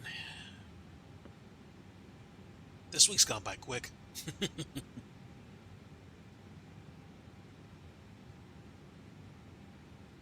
Well, thank you. Thank you. I'm touched that you would consider me one of those individuals. And I hope that everybody in chat has been having a good week. Um, of course, yesterday, American Thanksgiving for a lot of families and people that get together to celebrate time together. Many of us broke bread and ate turkey, and we spent time together. And now it's the official beginning of the Christmas holiday season over here. Although, to be honest with you, I've been celebrating Christmas since Labor Day. So I don't care. Fight me, you'll lose. Christmas is a slow burn for me from like, the beginning of September all the way down into through December. So I tell you, man, breaking bread with people, sharing time, sharing laughter, and the blessings of Almighty Yahweh Elohim, there are few things in life that actually even, hold a candle to that. So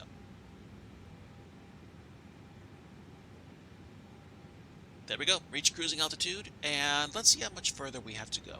We have 160 nautical miles. So if you figure 320 nautical miles takes an hour, we have at least a half an hour, I feel, until we actually have to start getting ready for our arrival into San Antonio.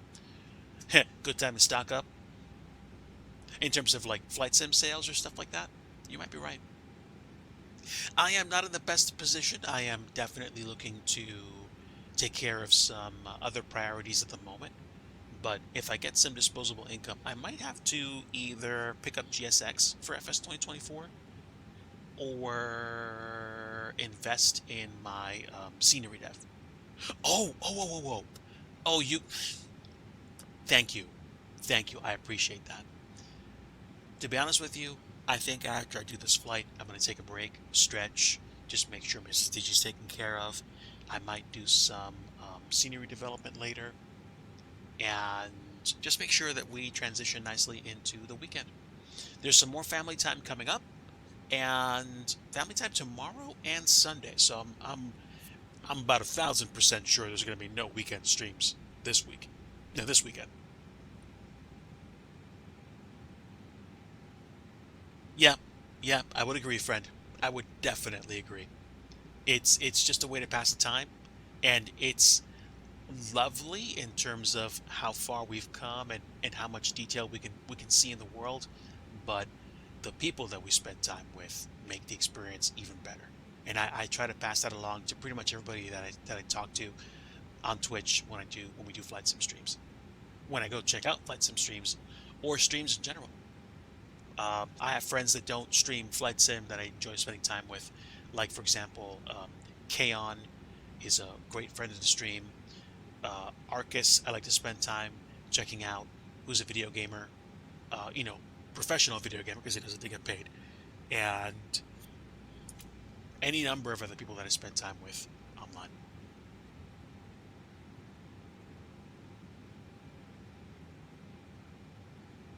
But I'm definitely enjoying this. And while we are chilling out, why don't I take a look at my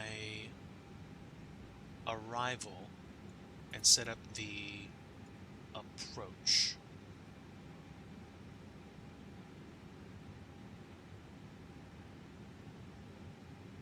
Approach.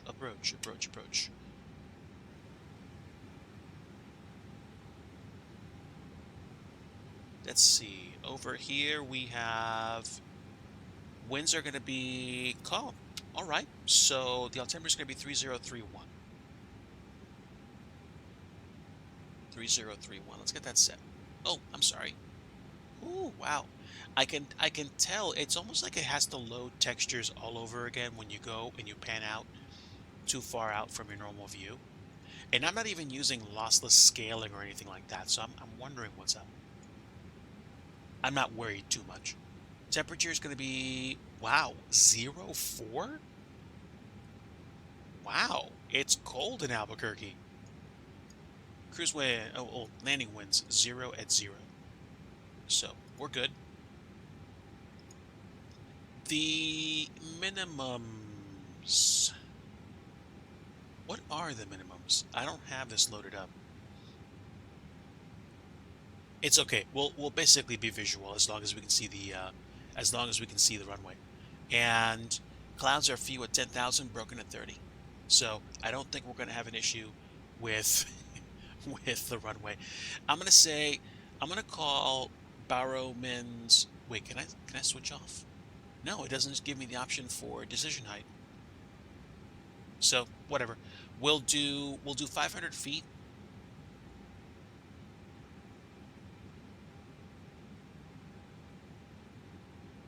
It's probably not going to work, and that's okay.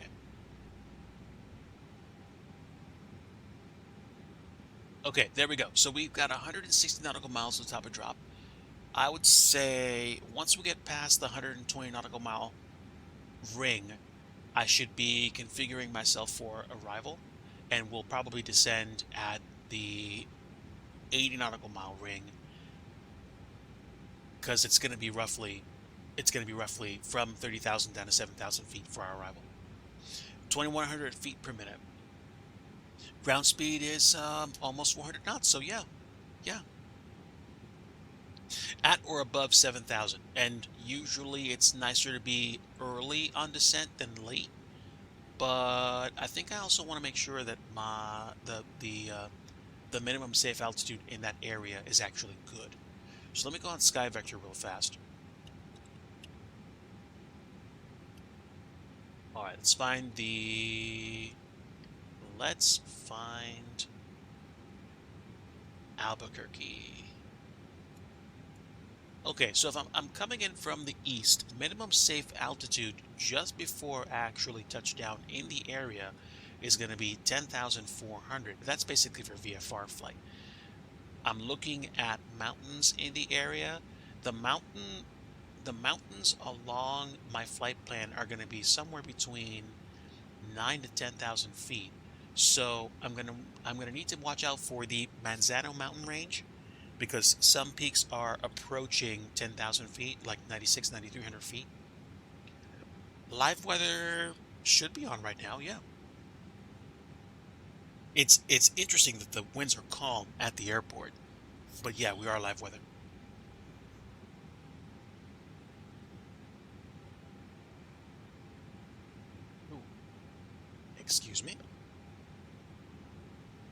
should be fine now. I'm sorry. Stand by one chat. All right.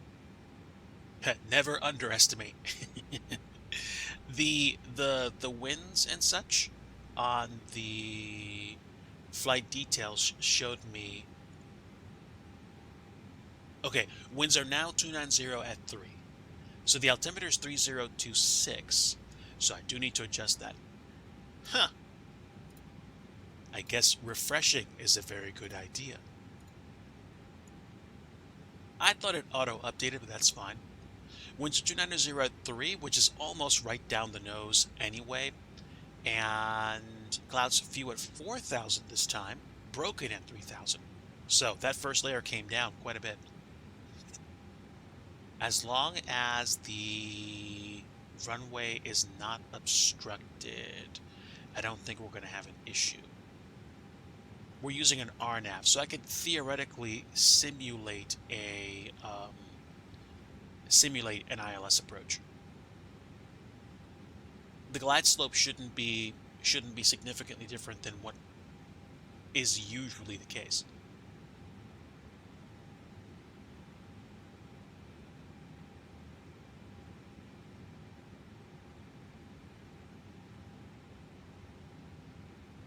There's like a slight kink as we go ahead and set up for final. Every 30 minutes-ish. Okay.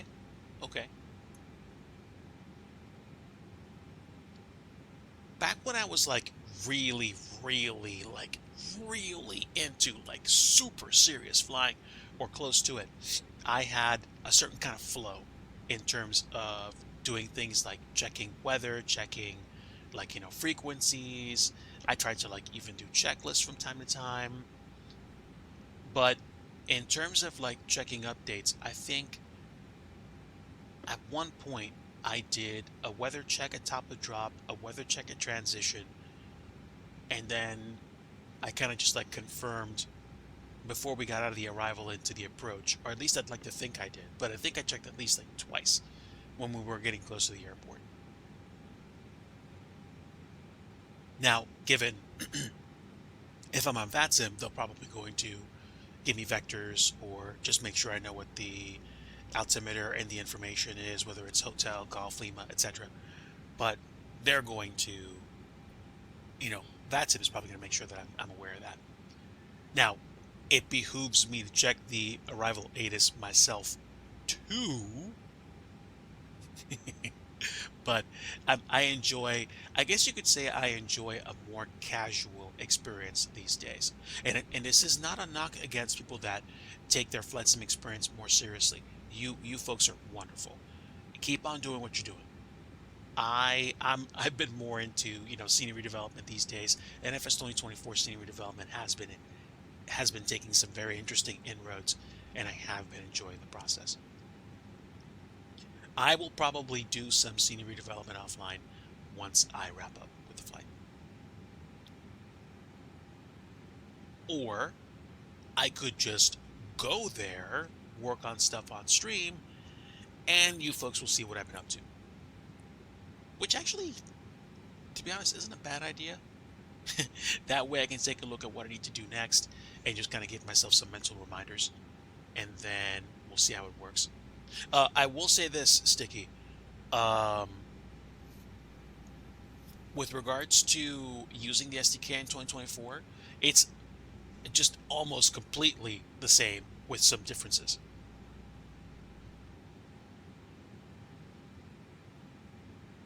I do feel like they're adding some new things to make the experience more native in terms of developing scenery.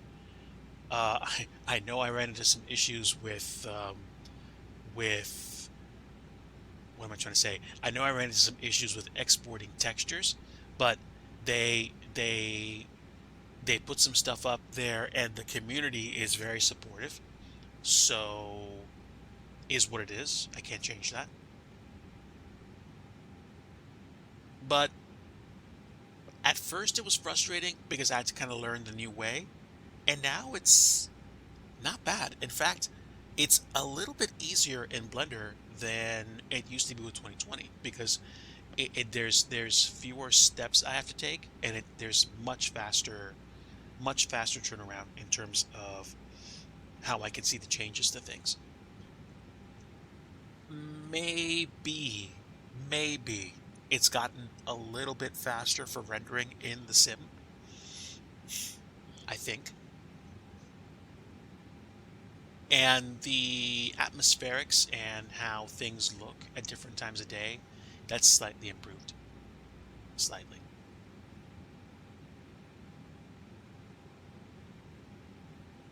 Okay, so we are coming up over Alpha Charlie Hotel. Rendering, like when you put custom assets in the sim and you hit build all, or you slip a hot update to a custom object. Like say I worked on a Blender object, a building that already got built and placed. I can find where the material files or the GLTF file is and update it, and then it'll hot reload in the sim within seconds. So you can do that in FS 2020 as well. It's just that either it's the same amount of time that it takes, or maybe it's a little bit faster. I don't know.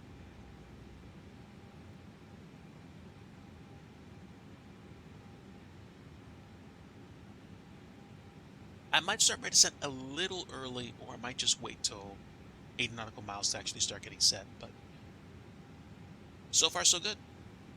Again, had some issues with departure, probably because of the settings that I forgot to check on my graphics card. I have an 8 gigabyte NVIDIA 3060 Ti, which can run this thing at 2K no problem, probably 4K no problem, as long as you have reasonable expectations about levels of detail and frame rate. 1080p worked really well in FS 2020, and it still works okay here. I also have 64 gigs of RAM in my computer, which makes cloud loading a little bit more comfy, and I'm running this off an NVMe hard drive, so load times are fast. Yeah, I mean, a 3060 Ti is more than enough for a very, very good medium tier experience. With my customizations, I'm like I said, I'm right around 30 FPS, and I'm happy. What's my FPS right now, actually? Yeah, there we go. So right over 30 frames per second. This is fine. Is it 120 FPS? No. Does it matter? Kinda not. Kinda not. We're okay. Okay, so before I forget a few things, we'll turn the seatbelt sign back on.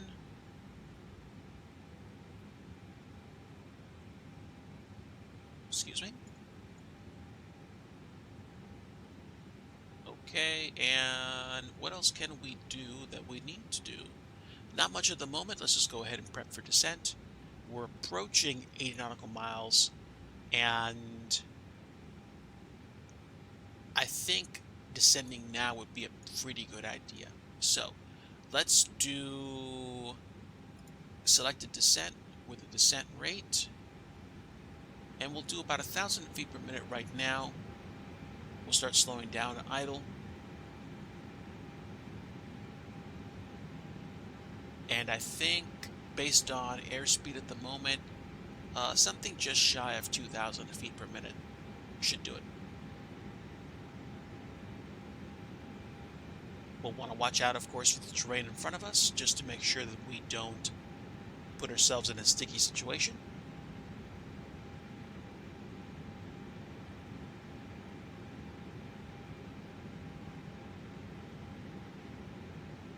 You never know, Sticky. Entirely possible.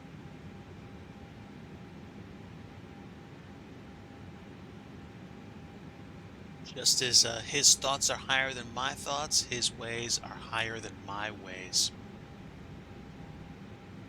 Yahweh Elohim is infinitely wise and infinitely merciful through Jesus, my Savior. That's for sure.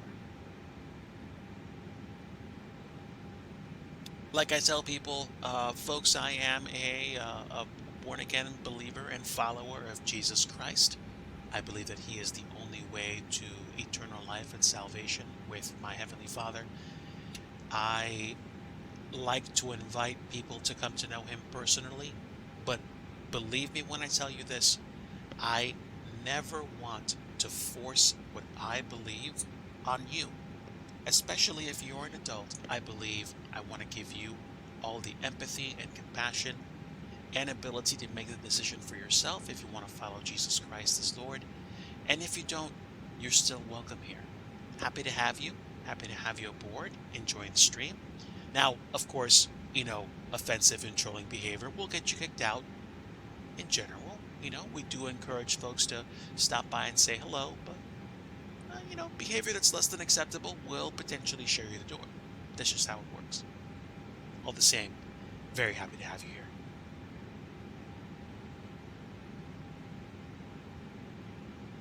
I appreciate your support, Sticky. Having good friends makes life so much more enjoyable, and good friends are true riches. Money's money. You can keep making money. You can't make more time. And you certainly can't devalue good friendship. All right, we are a little bit less than, actually we're aggressively descending based on my speed. I should probably adjust it to about 1,500 or 1,600 feet per minute at this point. We should be okay.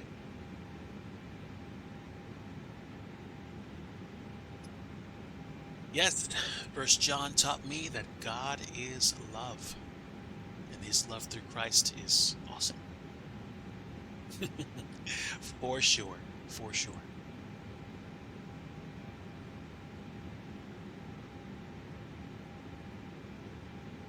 All right.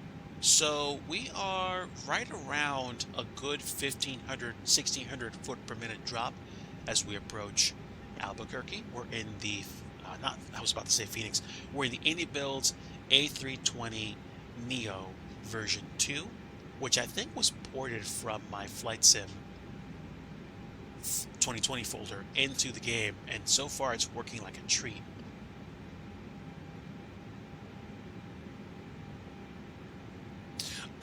Not gambling at the temple. What was going on was that Jesus saw that they turned the house of prayer into something that it wasn't. The problem was, you have to grab your contextual glasses when you, as a God-fearing Jew, went into the temple to offer sacrifices. You brought an animal to sacrifice to bring pardon for your sin, and one of another bunch of offerings, a thank offering, a fellowship offering, stuff like that. The problem was when you brought the, for lack of a better phrase, the sacrificial lamb to pardon your sin, you brought one of your own animals, but the problem was there was a bit of racketeering going on, if you could call it that. The people that would inspect your animals would say something like, "Oh, well, this isn't a perfect animal because blah blah blah blah." They would give you the runaround, and then they'd say, "Okay, so you have to buy one of our animals." And then you try to buy one of their animals, but then basically they said, "Oh, no, you can't use this currency. You can't buy it straight from me with this currency because this belongs to Caesar."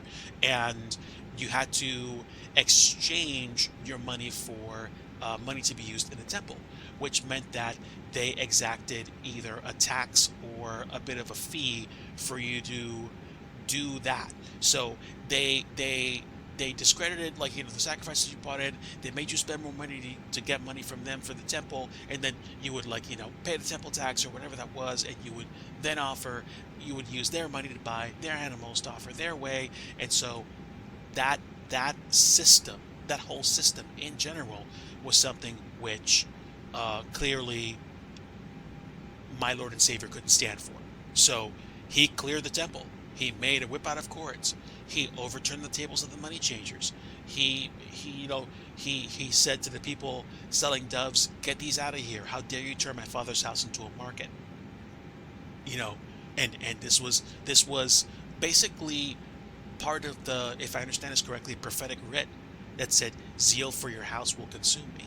So yeah, he basically said, "No, this is not going to happen here any longer."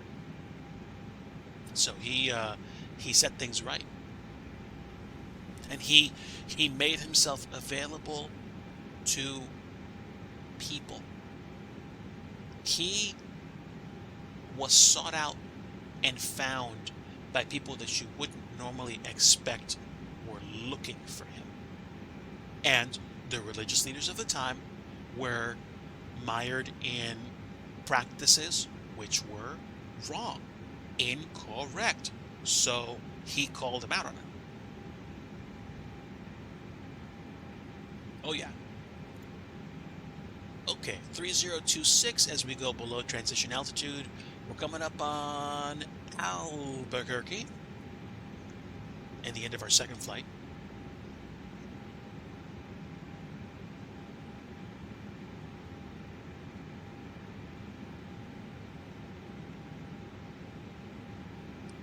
It's unfortunate that sometimes we come across people that we share our time and our resources with, and what happens is they thank you. They I'm going in and basically I'll like do some scenery dev. Mrs. Digi says hello, fam, and happy Thanksgiving. We had a good Thanksgiving, didn't we, Mrs. Digi? We definitely had a good chunk of jerky. Oh, Sticky Rice says hello. Sticky Rice is our friend from overseas. He works for a transportation company, drives a bus around like Metro Sydney. If we go to Australia, Mrs. Digi, we're gonna hang out with Sticky, and he's gonna show us some really good food. Yeah, we like food. I know I do. Um, yeah, I've had to make choices about friends, and honestly, it's like, well, it sucks and it hurts. What's that? Stand by.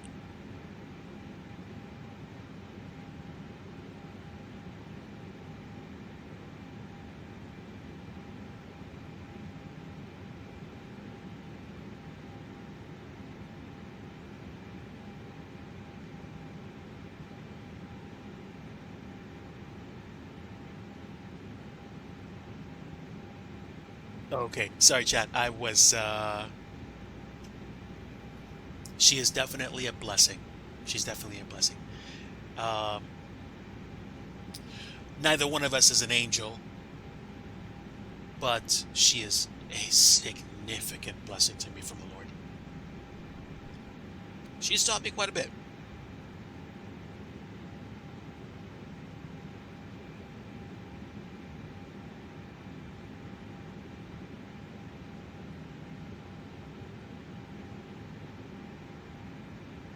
Oh man, she just gave me some I think beef jerky.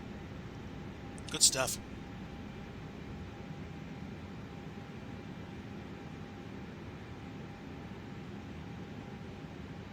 Yeah, I'm a fan. I'm a fan of beef jerky. I like turkey jerky. I think I had deer jerky at one point.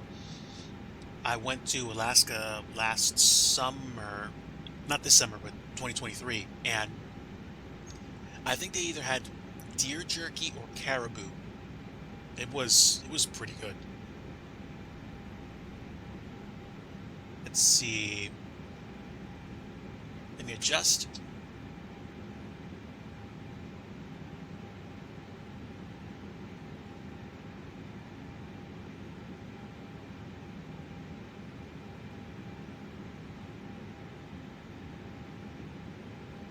Yeah, it was definitely a tasty tour of Alaska. I certainly had enough salmon to enjoy for a while. I wouldn't mind some more salmon though, to be honest. There's several kinds, or at least there's just like three or four kinds that are great for human consumption. You can technically have them all, I think, but what they call chum salmon is something that you have more for like your animals that you feed. Okay, now am I further up than I should be? I don't know. I tell you what, I'm gonna stick around. I'm gonna stick around 11,000 feet for a little bit.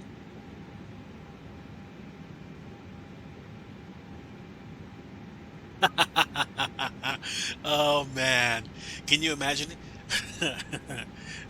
Clear its pancake. Uh, park up at the gate.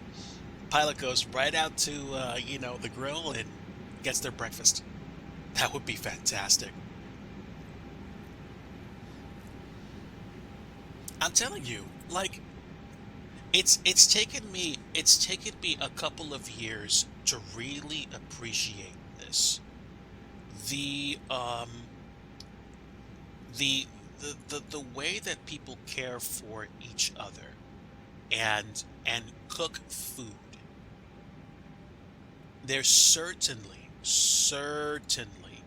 a a love that's communicated through all that.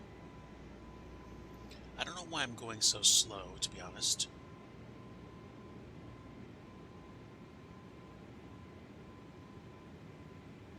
With it green in the background. Um,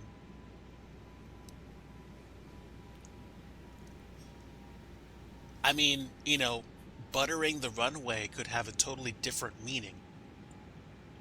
You'd have to land with different equipment though, because then you might skid. So I guess you'd have to maybe planes wouldn't even need landing gear anymore. You just land belly up and the butter kind of breaks for you. And then you get pulled into the gate.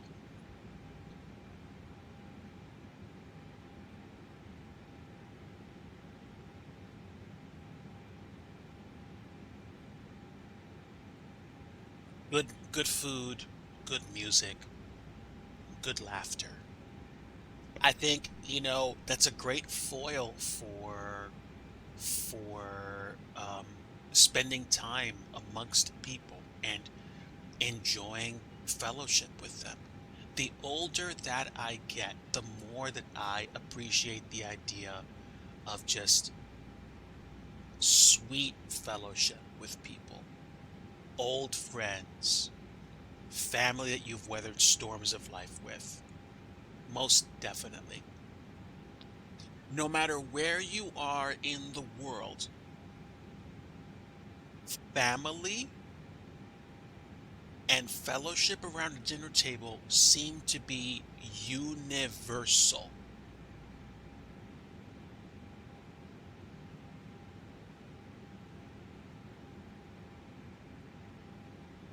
Now, I mean, as a fellow church, as a fellow person that attends church and worships Yahweh Elohim, I mean, I can see how different aspects of what I believe can sound strange and weird to people. Um, People that are given the opportunity to believe have the veil lifted from their souls so they can truly grasp and understand the love of God. I can suppose it's difficult to explain that.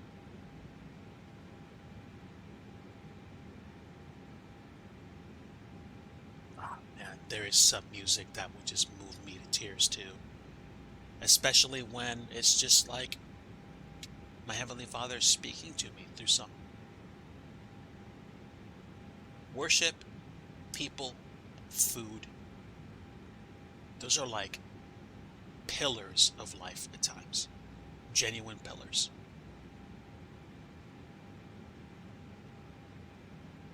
Yeah, I would agree. I would agree. Worship is its own form of prayer. I would definitely agree. All right, let's finish our descent.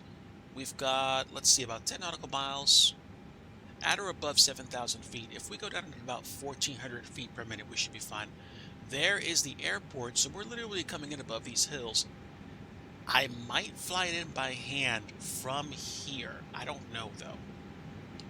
I know we're like 50 nautical miles out, so I'm definitely going to start slowing down.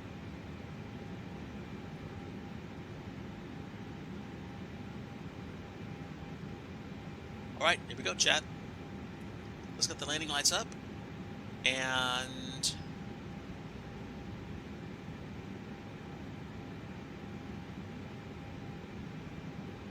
okay, auto brake is medium. Let's arm the speed brake. Speed brake's armed. 2,500.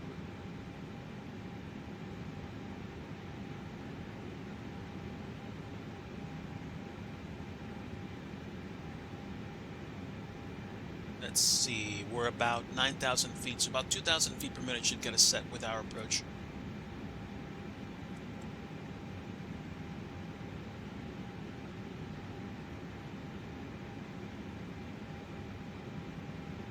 I would say gathering together of believers is something which is highly called for and praised.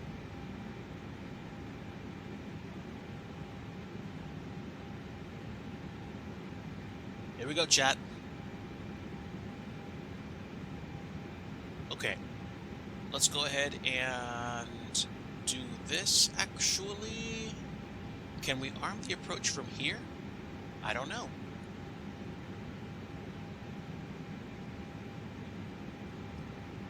We'll get gear down now.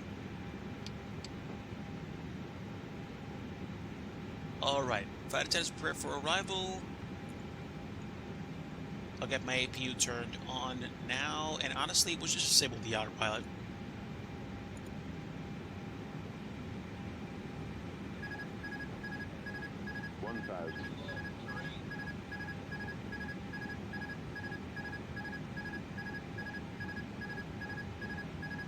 Guess I know autopilot's off.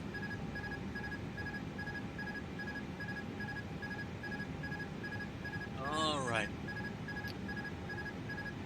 Why would the flight plan have me come in and make such a sharp turn to final? I don't get it.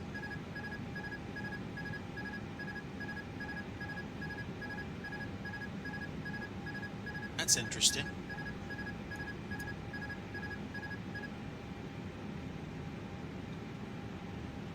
All right. Keep giving me flaps.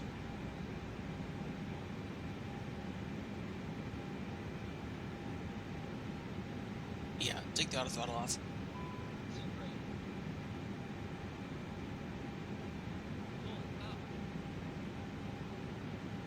Hmm. 400. 300. We'll float it in. 200.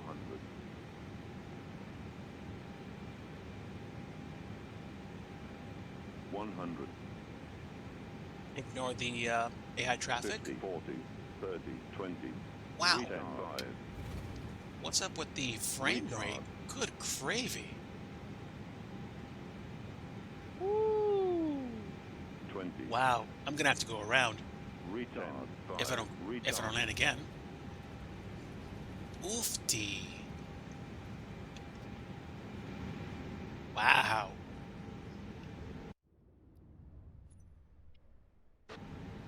What in the world happened?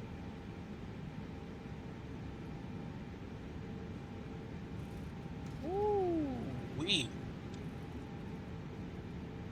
It's a sim. I'm having fun, but still, the frame rate. I'm more upset about the low frame rate than my horrible landing. Okay, frame rate's better. Wow.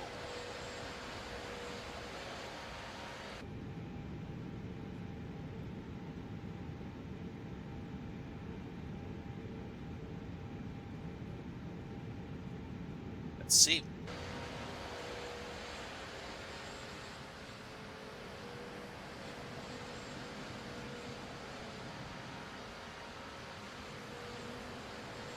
It does kind of make me wonder why the ground textures took so long to load in. Such is life, I guess.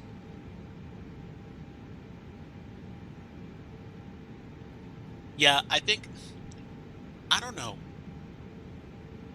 It could be my setup, and it probably is my setup, but I'm gonna have to look further into this because honestly, I'm not pleased with that performance. I'm not talking about my landing performance. I know that sucked, but I'm saying why the sim had issues with loading the terrain. It's okay, like, it is what it is.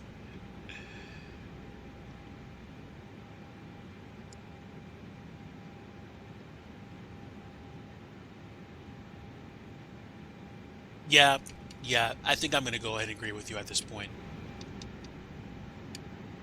The detents don't work as well as I'd like them to. Not even detents. The, being able to advance the throttle doesn't work like I usually like it to in the sim.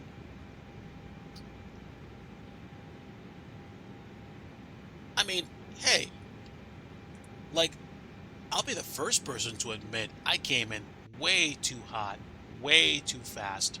My flight plan was all over the place. I was expecting the flight plan to set me up properly for an RNAV, and it didn't.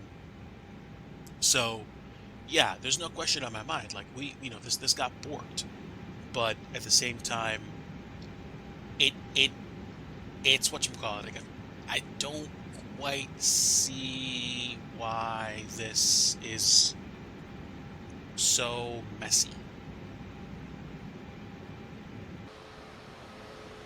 Graphics look great right now. Oh, look at that. There's some GA aircraft coming in. Now that's dope. That's fantastic. That makes me smile. That makes me smile.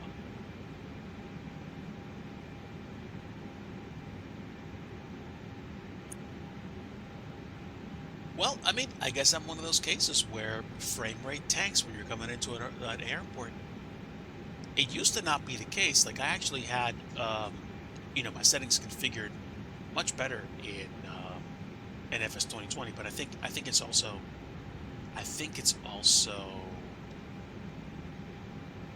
you know the things that are available now that weren't before. So that's fine. That's fine, dude. There is literally so much more going on in my life that I just don't care. I don't even care about coming landings anymore. I do. I like flying and landing really well, but let my headache be somebody else's pain medicine. Like, it's fine. It's not something I'm going to freak out about.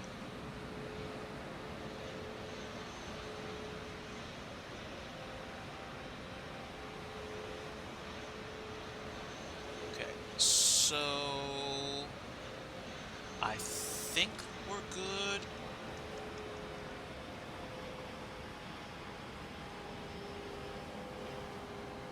Yeah, my keybinds are supposed to actually cut the throttle to like 0 when I hit F1.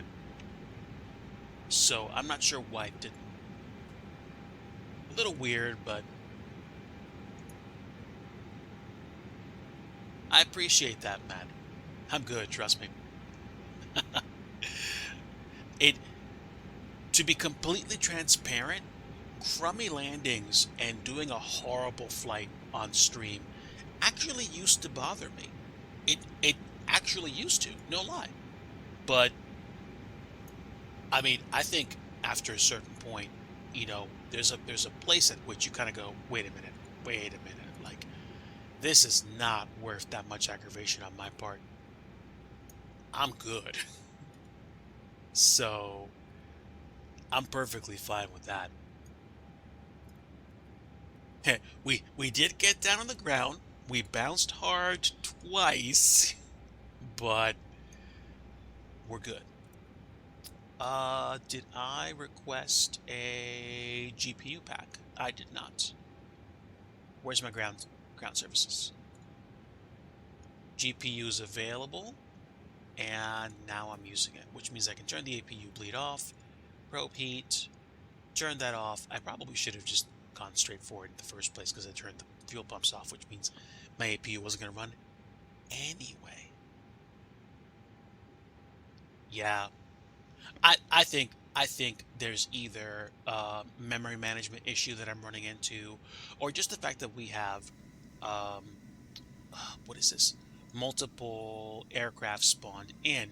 And if they're all using the same um, non simplified model matching model, then yeah, we're going to have a bunch of planes that are like that, taking up a lot of VRAM, which is going to cause me to have issues. So let me check something really fast. Let's check. Okay, well, actually, this doesn't have an interior. I thought it did. The cockpit certainly is rendered, but not much else. So this is the simplified version of the plane. So yeah, that's fine. That's fine. We're good. We're good. I think I need to spend time doing additional work with my mappings. I want to say either the mappings or just the sim in general. Although, if this parking building is photogrammetry in Albuquerque, I was going to say San Antonio. If this is photogrammetry, which it looks like it is, that's not bad. That's nice. Of course, that does raise a point if anybody's going to do Albuquerque, if their scenery dev has to be sat on top of the photogrammetry or if there's something else that has to happen. I don't know how it works. I know the keybinds seem to work fine, but I do see a lot of choppiness. So I'll probably take a look at this um, in future. I think I'm going to go and despawn and spawn back into Higginsville.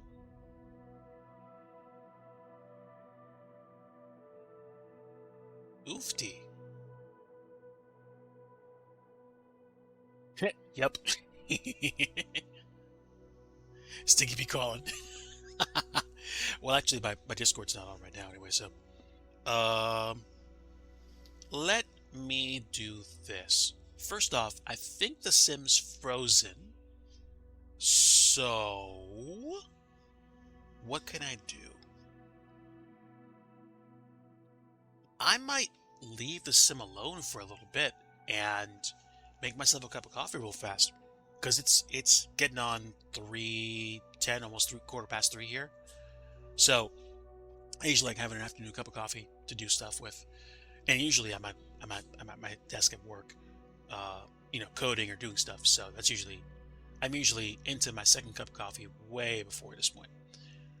Let me hop away from the sim. If it doesn't unfreeze itself, we will go ahead and kick it. And then otherwise, we will do the things.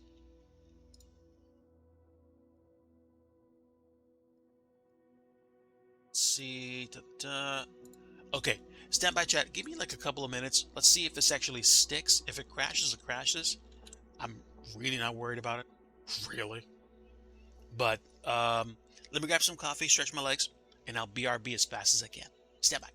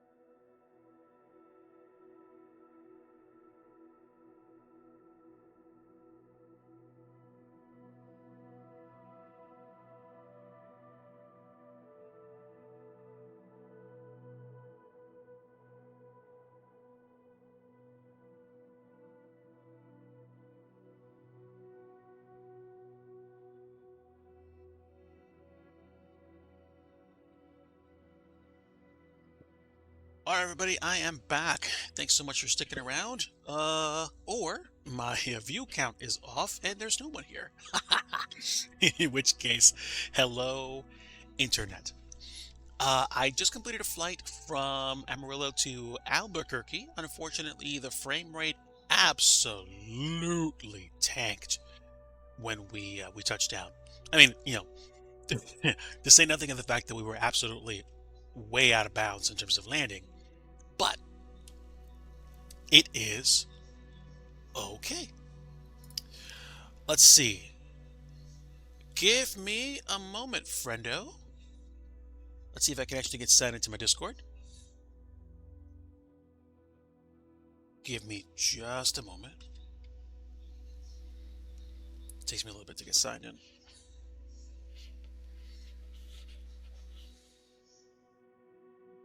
And okay, I should be in now.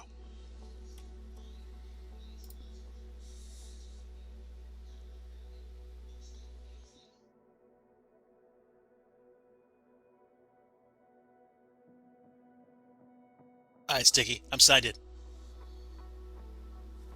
I think I'm gonna have to turn off the sim because, quite frankly, it is not running. It is super frozen. Did I close my window? I did.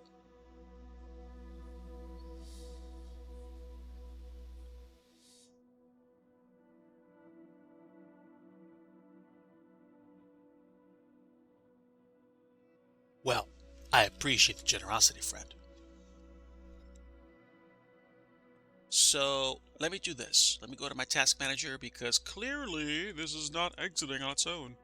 Actually, is the UI responding? Oh, I can't even access the sim. Huh.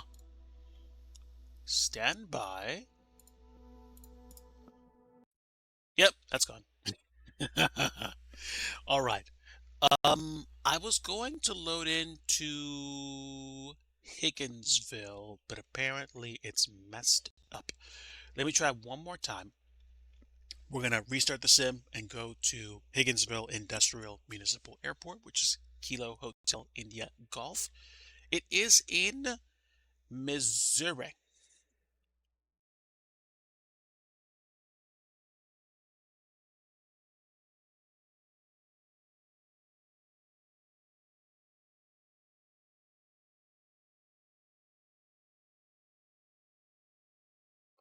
There we go. Now it's loading.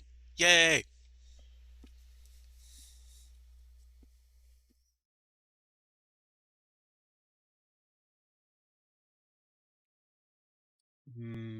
Coffee.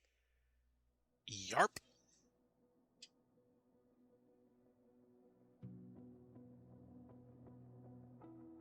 I'll certainly give them this. Whoever came up with the opening music for the sim did a phenomenal job.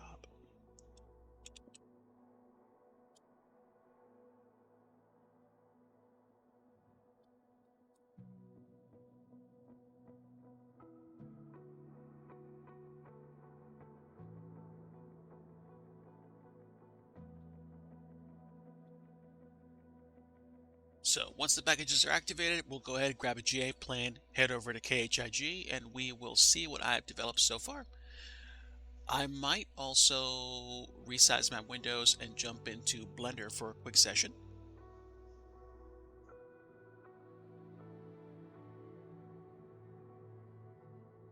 Let's see. Yeah, I should be set. I should be set? Huh. Yeah. Yes, I am.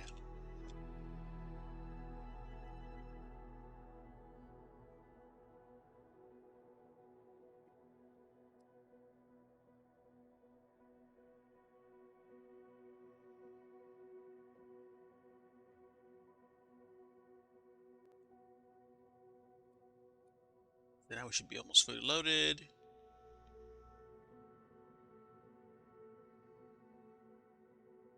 There we are.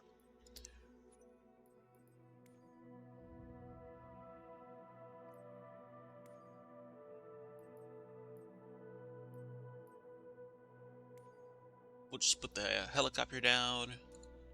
and we will go straight to KHIG. Actually, the timing of this could be really good because I need to rework the ground textures at this airport. So this is not a bad idea.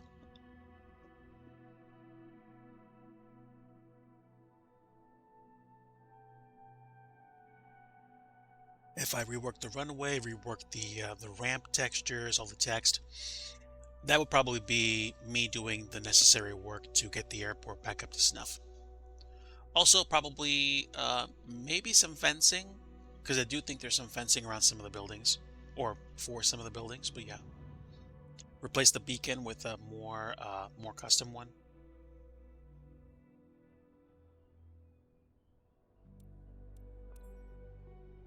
Excellent. Pick the default livery for this. Whatever, I'm cool. And I don't even need to fly it since we're going to be doing scenery dev. But this is a nice helicopter. I like it a lot. Definitely like it a lot. All right, so let's go to File, Open. We're going to reopen the scenery and we're going to see what we've done so far. And probably start working on the runways and such. So, where are we? Gotta load the airport. Something which I find kind of funny. In the old sim, in FS 2020, whenever I loaded into a project, it would always be daytime. Now when I load into a project, it's always nighttime, which is funny.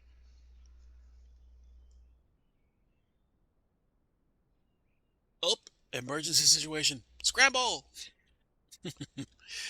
More like emergency scenery dev for me. But no, this isn't an emergency. Casual, typical occurrence. But now we have custom buildings where I didn't have custom buildings before. So let's just take away those editing triangles so you can see them better. I don't think this airport has a fixed base operator. It just has an avionics building here. We have hangars. There are still some default buildings here, which I'll replace eventually. These are basic starter buildings, which I will probably add more details to. We have a base metallic treatment, and the textures themselves look detailed. It's just that the way that the material works, it doesn't render them in like the kind of like way that I usually see them show up in real life. But I have a new process for dealing with scenery development. I really kind of don't want to spend a lot of time stressing the fine details. Yes, yes, you would take generic buildings and build around them.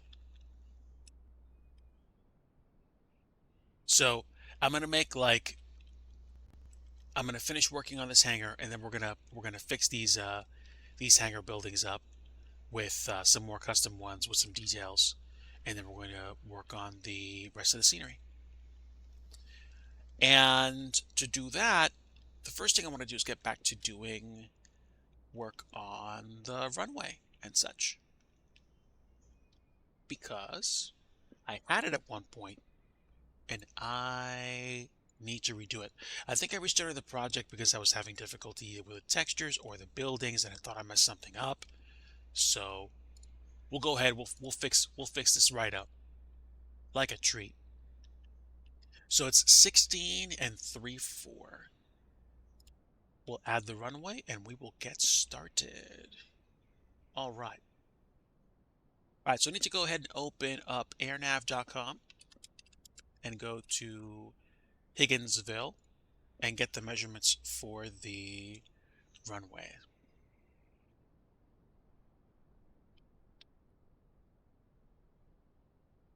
An exclusion polygon. All right, I'm game. Give me a moment.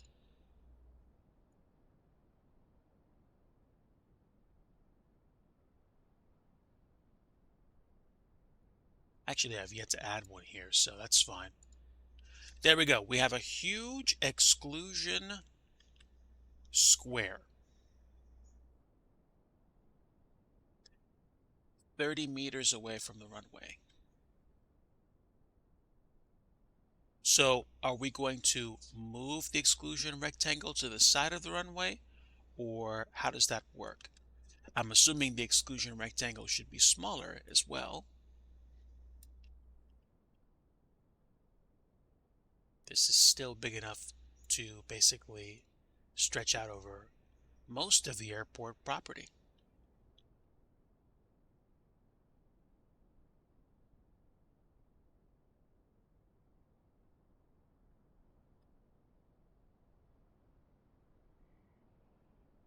We're not going to have any vehicular traffic or car parking here.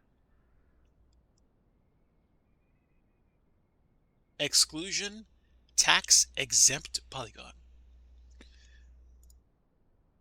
Exclude airports, exclude all objects. Oh, of course, because when I did that, I excluded the beacon. Tax exempt, an end of year exclusion polygon. Just in time. Indeed, friend.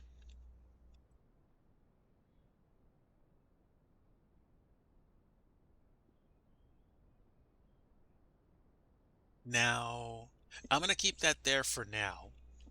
I'll focus on the runway. We need to do several things. We need to get the measurements. Get the measurements. So 1341 by 23.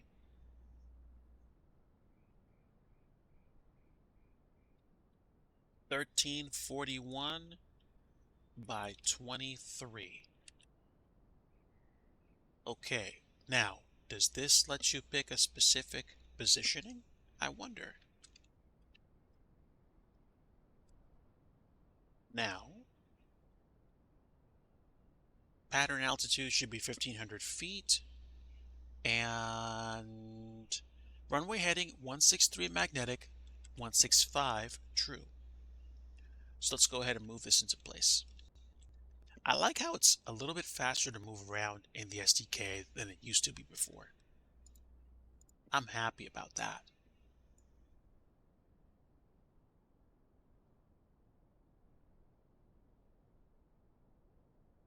Let's see. Right now I have 164.9s to I think about the 5th or 6th position, but it needs to be a lot closer to something else. Let's do 164. Okay, 164 is definitely not right. 164.5. All right, so fractions work. Wait, why is this messed up? That's 164 and that's 165. How about 166? All right, 165 and a half.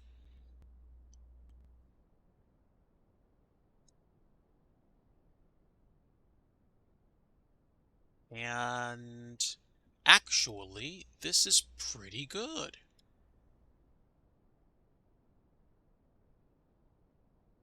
And we're going to move this forward a touch.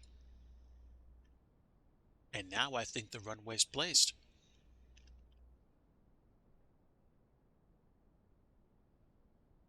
Yeah, I feel like native placement is going to work out better for me than, say,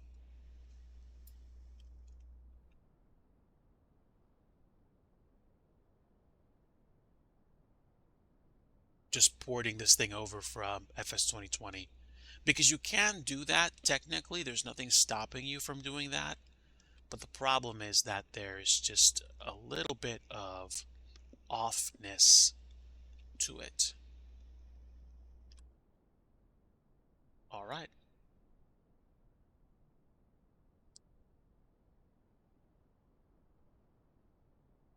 And now I think there's just enough of a discrepancy in the sat nav that this is good enough for placement. In fact, I'd say it's just about dynamite.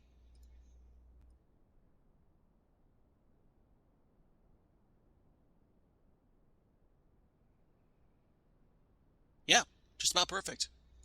Fantastic.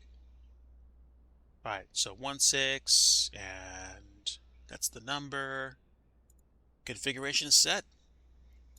Materials, we'll leave the runway asphalt alone for now, and we'll start working on the markings. I'm trying to remember if... Wait a minute, what's going on here? Sticky, I just noticed that you tried giving me a call a little while ago, but I'm not catching it. Why is my Discord so messed up? That's weird. I'm not sure if notifications on my thing are off, but hold on. Yeah. It's kind of surprising that it didn't, ping or flash something on my taskbar. It did nothing. Huh. Well, I'll tell you what. I think you are on my Discord. Let me double check.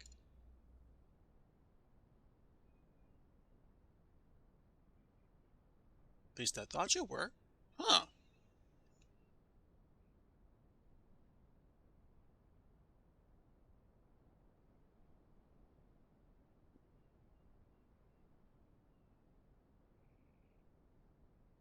All right. So I am in. If you're in my Discord, the Digi Concierge chat used to be just locked for Twitch subscribers. Now it's just flat out open. So if you can find my Discord, go ahead and jump into the Digi Concierge chat. You should be there. Or at least you should be able to get in.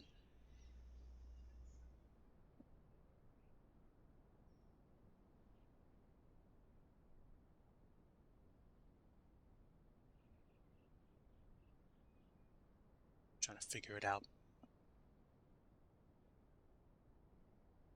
But just in case there's any problems, let me take care of this.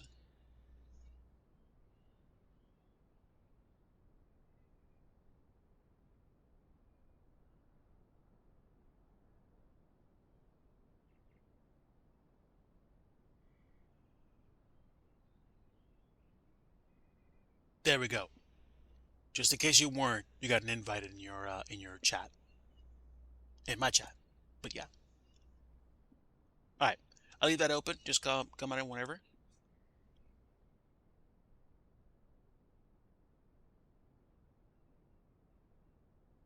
Oh, okay. Well, hold on then. If you're in the main channel in your Discord chat, then I should be able to join you. No problem.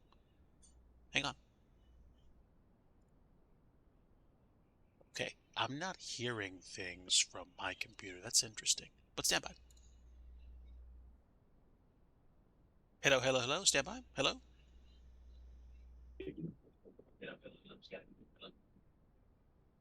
I can hear.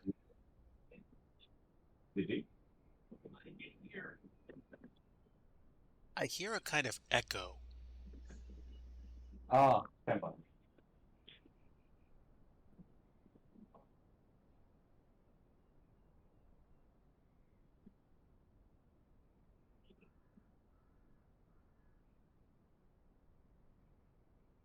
Take your time. Ah, the fuck is microphone webcam pros. How dare you? Hello. There we go. Much better, friend. Hello, Captain. Greetings, friend. Welcome.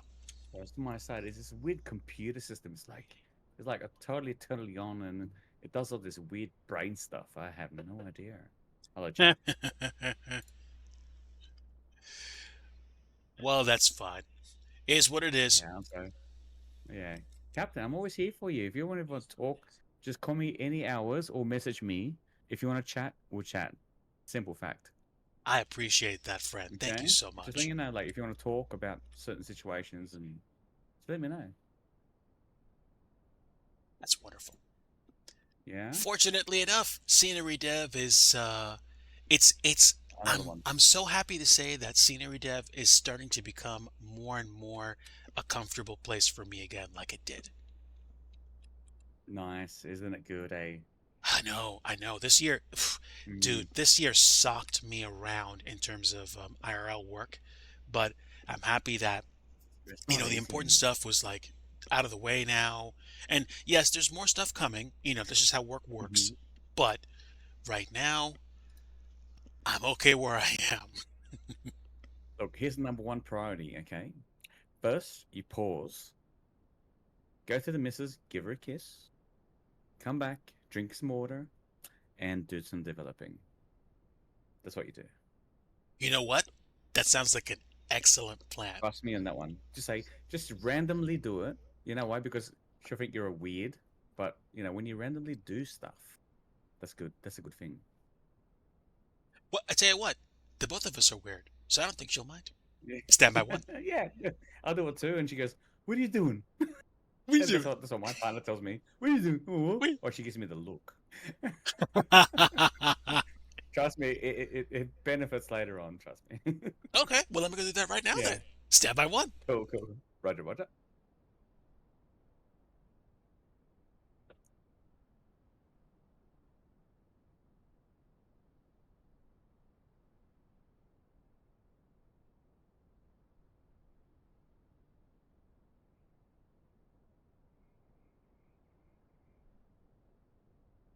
Yeah, so guys, on DigiStream, what it is called the random acts of kindness. Just randomly, just do things for good for people. Just do it. Like, don't even think twice. Just like randomly do it. I know they think you're weird and stuff, but trust me, it works. Because later on, it will benefit, well, the whole world. All right, Digi is back. Care package has been delivered. Done. Roger that. All right.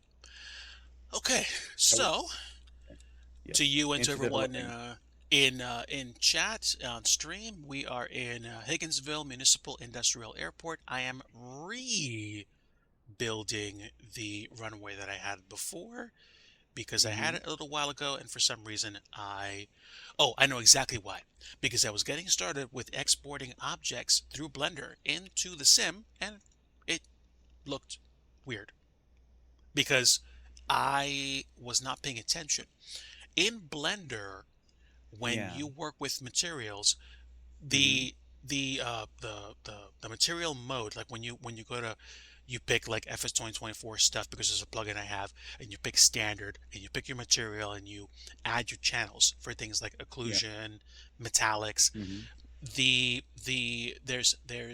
There's sliders that control how strong or how faint the effect is, and I was toggling the wrong. Um, First off, I was toggling in the wrong spot, and mm-hmm. then when I took away the metallic grouping, the texture went Yeah. purple.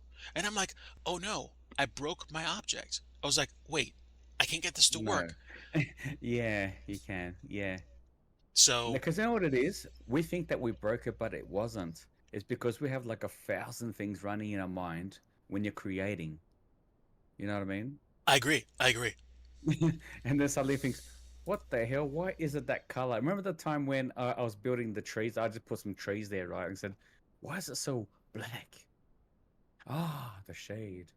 But it took me like a few streams to figure it out. I'm an idiot.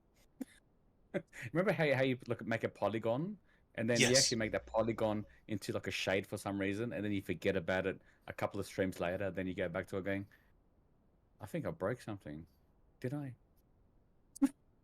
Usually You know what I how mean? it works for me. I reckon we should like physically, like art, like write it down. Like I have touched this area, and then like write it down on pen and paper, and then that sticker thing, and just stamp it on the wall. Just a reminder, because our human brains is like this is the thing.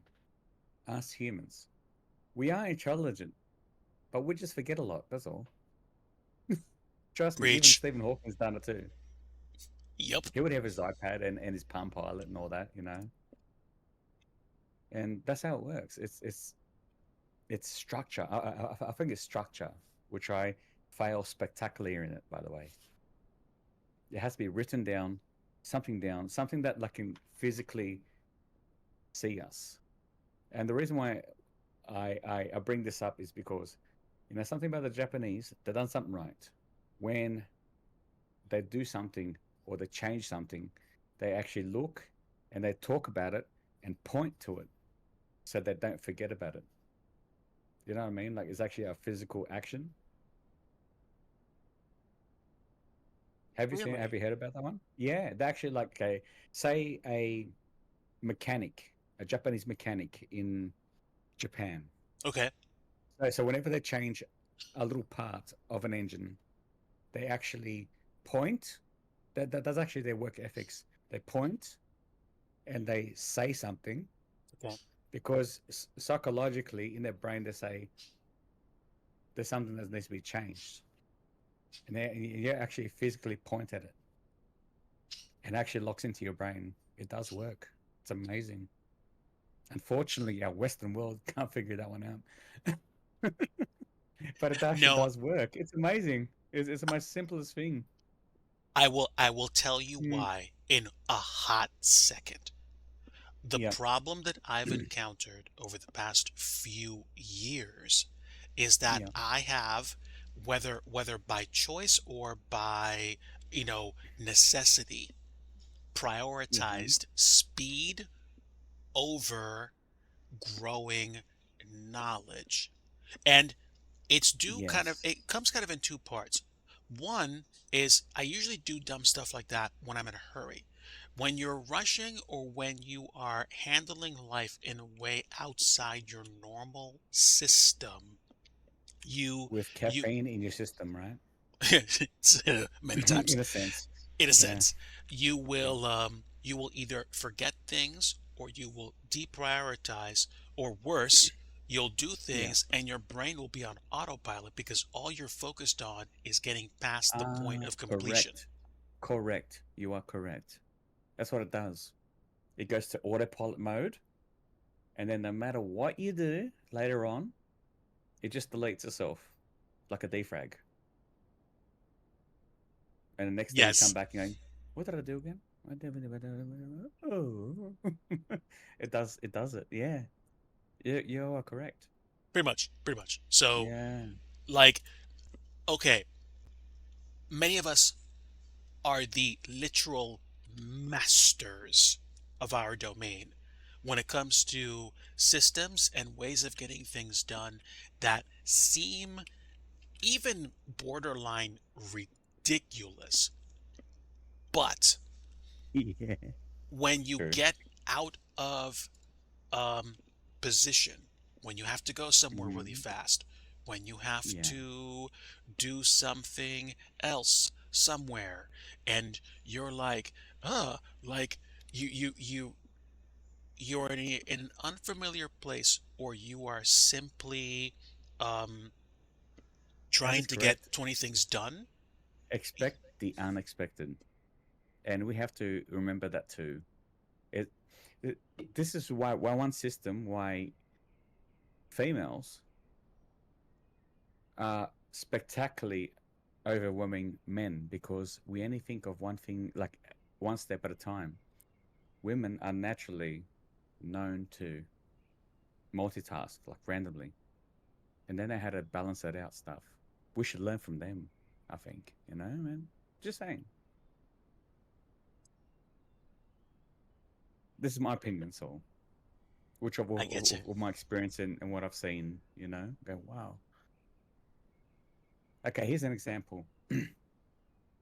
You've lost your car keys in the lounge room. Okay. Why is it easier for her to see the car keys on the ground than us? Because they see things in depth with a lot of side view too.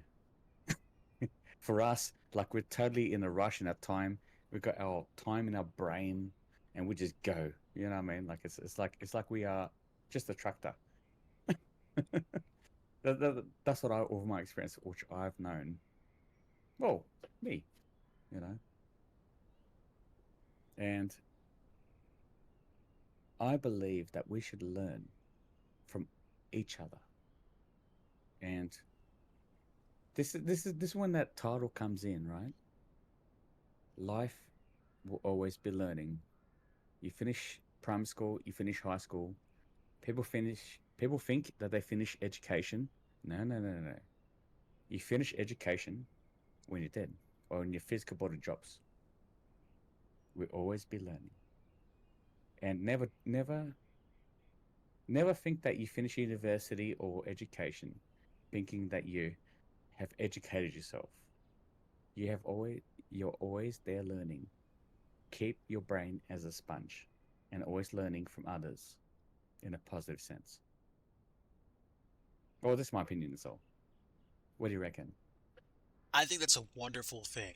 I think, I mean, at least Learn from right others? now, learning from Yeah. others, keeping yourself open to continuous education, Mm-hmm. that's a great way to, I Like in guess. church or like just in church or just general work, just like the positive sides, absorb it.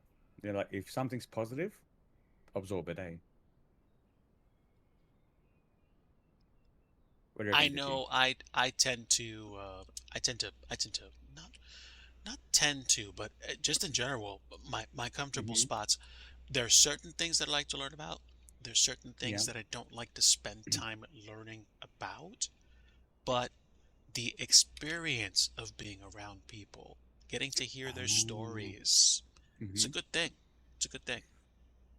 I struck up a conversation with two Well, complete strangers over the past month. if you're uncomfortable, that's totally cool. Like if you're totally uncomfortable, well then, you know, like in conversational learning, it's not to mean you, but just like in general, Mhm. that is your right to say I'm uncomfortable. You know what I mean? That is an educated guess. It's true. I've done it many times. It's not a bad way to be. Now you have every God-given right just to do it too. You know, to say, hey, something's wrong here. Your voice, the oxygen out of your lungs, have the right to speak. You know, your conscience. It's true. You're right. If something's wrong, say it.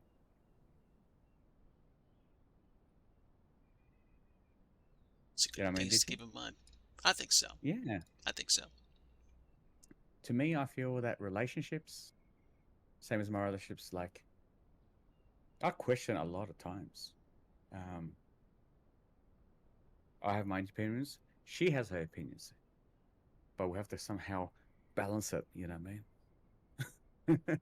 it's like a it's like a yin yang in a sense. You know, you gotta say it in the right way. That's what I think.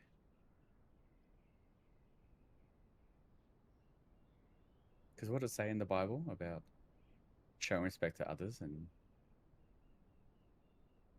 you know what I mean? Like, it's this is one thing that taught me about good about Christianity was the really good side of it before the humans tainted it. Um, it's the most common law, the common rules. It's to show love and understanding to others. Simple fact. And really get into the depth of understanding, which is hard sometimes, you know, the pressures in life and all these things and blah, blah, blah, bills. And of course, it destroys us in our mind. Yeah. But Tell me DG, about it. you're doing a fantastic work, DG. Just progress, inspire to others, you know? I hear that. Be appealing to society, be appealing to your kids, be to your cats and animals and pets that you are a good person. Show them. Because all living beings are living beings.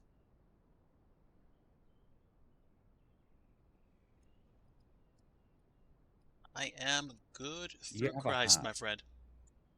Oh, I know you got a heart of gold, man. I know you have. You're a true gentleman.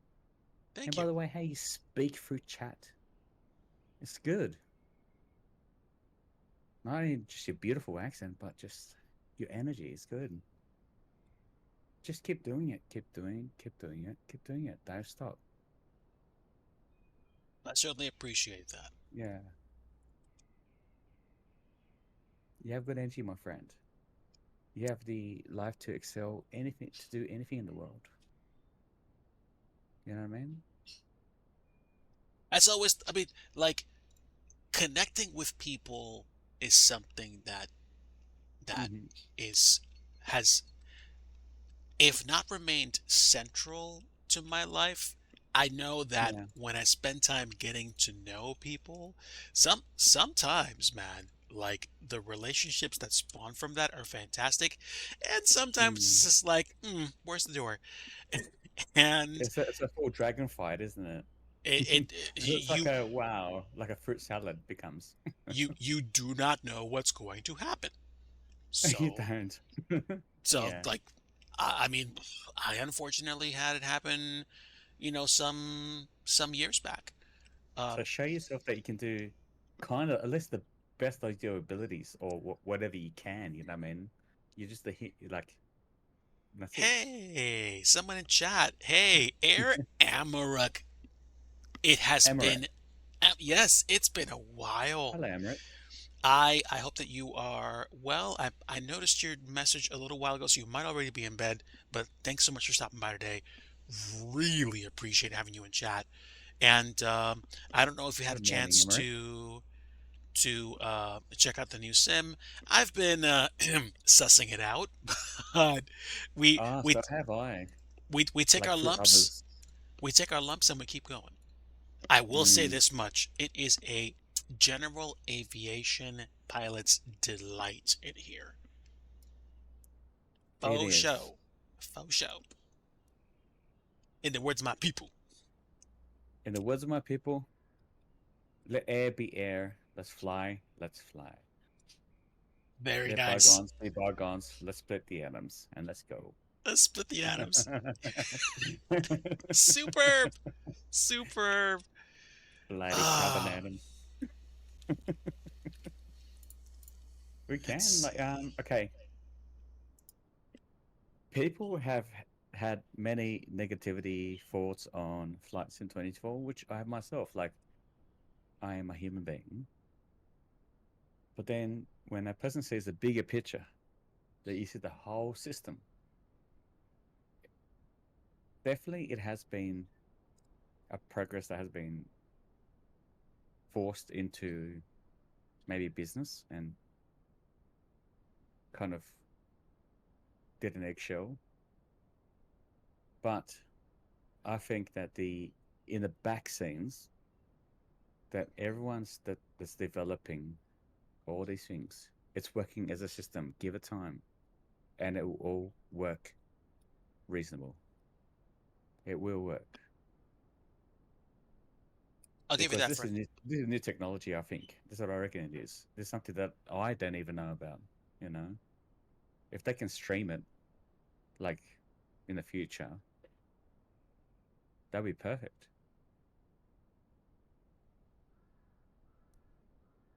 Well, I with the think graphics.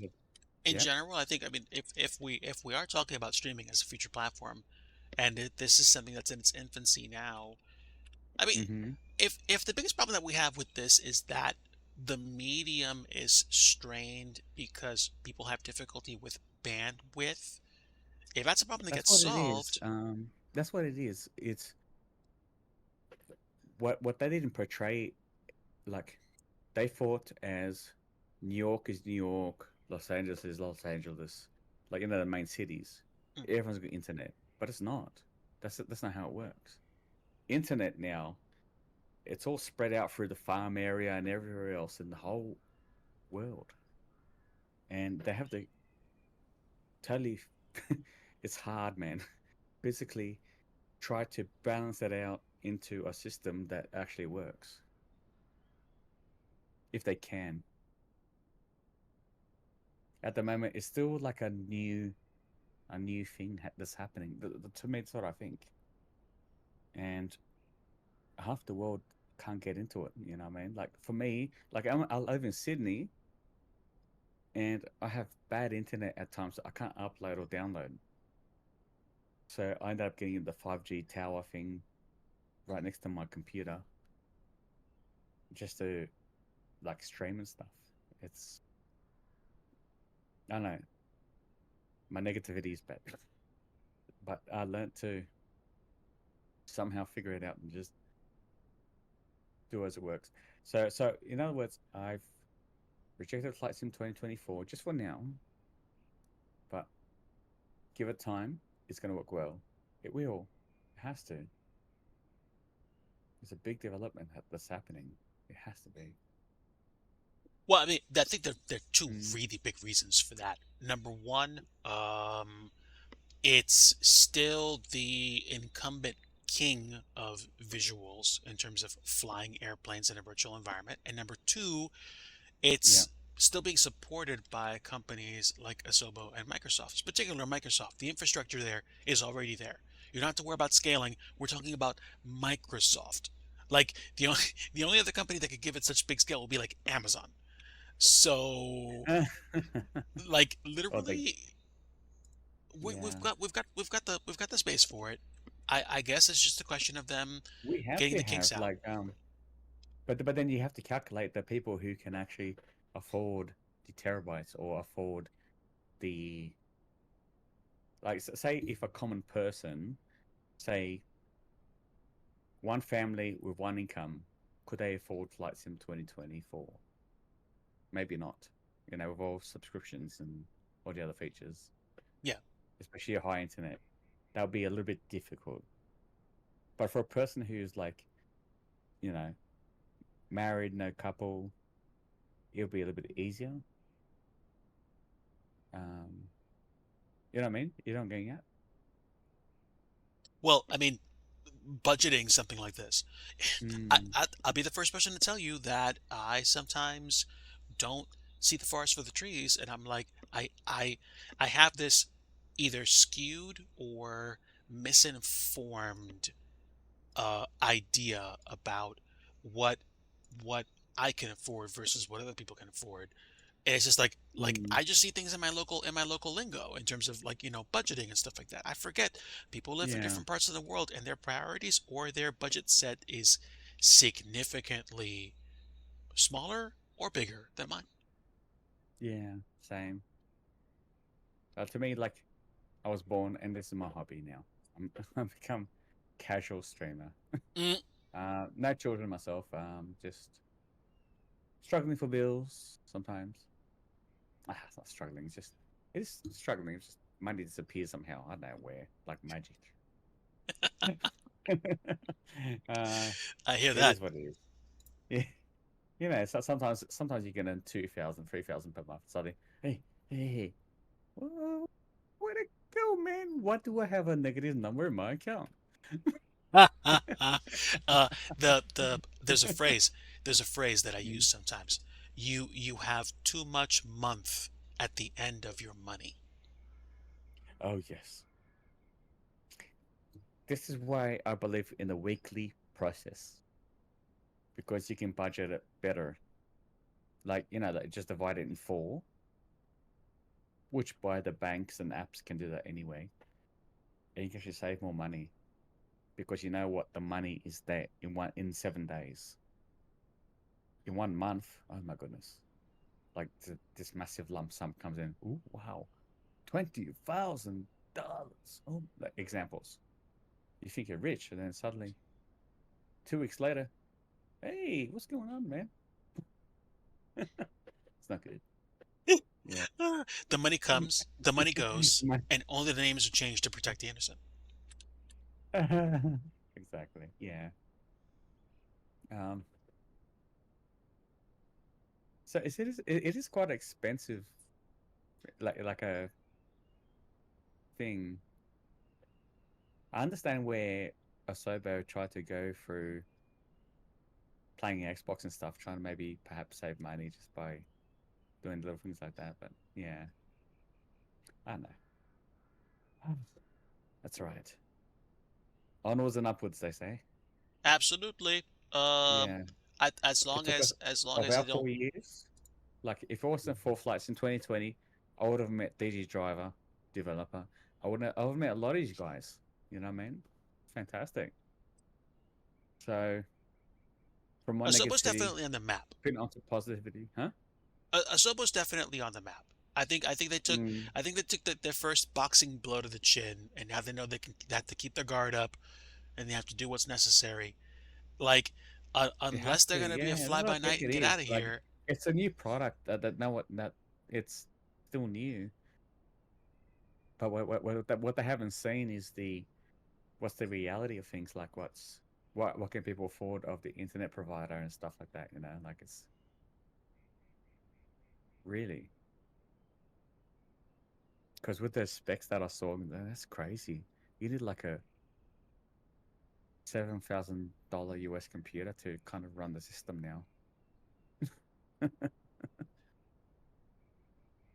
But And you yeah. know what? That's fine for me. Mm, Not because I can afford it. I'm not talking about, I can just fix my problems with money. I'm just saying, like, I know a little bit more now exactly what I should be doing with my time. And this is something that I kind of discovered before FS 2024 dropped, as I was slowly starting to get my time back as my work from this year, my IRL work, mm, started to kind of come full circle. Like, this is the kind of stuff that I do to share my hobby with the people around me, because the people around me come from all walks of life, and they have airplanes in common mm, or helicopters. But I'm saying they trained in places. They know what certain towns look like. They know what they want to see when they fly, because hey, like, their flight sim experience is very precious to them. And it's not that they're going to have a true. conniption if a city doesn't look the way it's supposed to. It's just that if it can look better, people will pay you, either in, pieces of paper with dead presidents' faces on them, or in respect, or in, followage. And that kind of stuff pays out over time. And I'm slowly realizing again, Mm, you know, like, it's good to mess up and to learn and to discover whether or not you really should be spending time on something. Not because something, for example, like, we're not talking about eating too much. We're not talking about certain practices. We're not talking about exercising. I'm saying in general, the process of rediscovering something like this for the sake of my mm, passion, my hobby, is mm, is good, because all this stuff just resolves in the balance, and you're like, oh, okay, this is exactly why I'm doing what I want, why I'm doing this now, because I want yeah. to dot dot dot. And then that makes all the difficulties that I experience with this um Come better. on, DG. This is not just a hobby. This is life. Like, so, you know that, man. I think I Hell think yeah. I think Yeah. we're getting past that point now. Yeah, Yeah. I think this is beginning to become a little bit clearer I to me. respect that. I totally respect what you're doing. With the community. Do it. You know, man. I totally respect what you're doing. I mean, for Just do it. crying out loud, Chewy Mm. 94 is now a community manager at a Sobo. Like, I remember when he was just doing flight sim streams all the time, and just kind of slowly getting his name out there, and getting in the public eye. Yeah, I guess so. Yeah, and now here he is, holding that a new position and Hmm. doing stuff like that. It's great. Wow. How do This you is feel how about stuff like it? that happens. What's up? Hmm. How do you feel about it? Oh, about his success. I'm happy for him. Oh my Hmm. gosh, it, Yeah. it's it's been years in the making. And to be completely honest, this is the kind of stuff that when you are when you are good at what you do, you serve before Hmm. kings. You don't serve before officials of low rank. You just go from strength to strength. You don't serve. So say again. You don't serve before low ranks. No, because when you do your thing very well, Oh it's yeah. evident. Just do it. Yeah. It's evident. And don't let no one drop you to say you can't do it. Right. Yarp. Low ranks. Is it the title? Low ranks. I've never heard that word, the saying of it. That's why. Okay. What the? That's true. I find the new materials in here are slightly better than what we had in the prior experience. I think some of these textures got carried over, but some of the textures got redone. Mm. That to me, it's. I don't want to say it. I want to say it. I have to say it. I know. Okay. Uh, what's happened, right? People have been busy, so they kind of copy and paste that stuff. A little bit in flights in 2024. Oh, we're talking about people's scenery projects or airplanes? In represented projects, Okay. and plus human emotions. They follow each other, especially social media. Okay. You know what I mean? I think so. Yeah. Like well, people are passionate about things. People are passionate about what they think about certain things. Mm. So you're going to find that certain people hold on to certain things more It is. closely than others. It is. Yeah,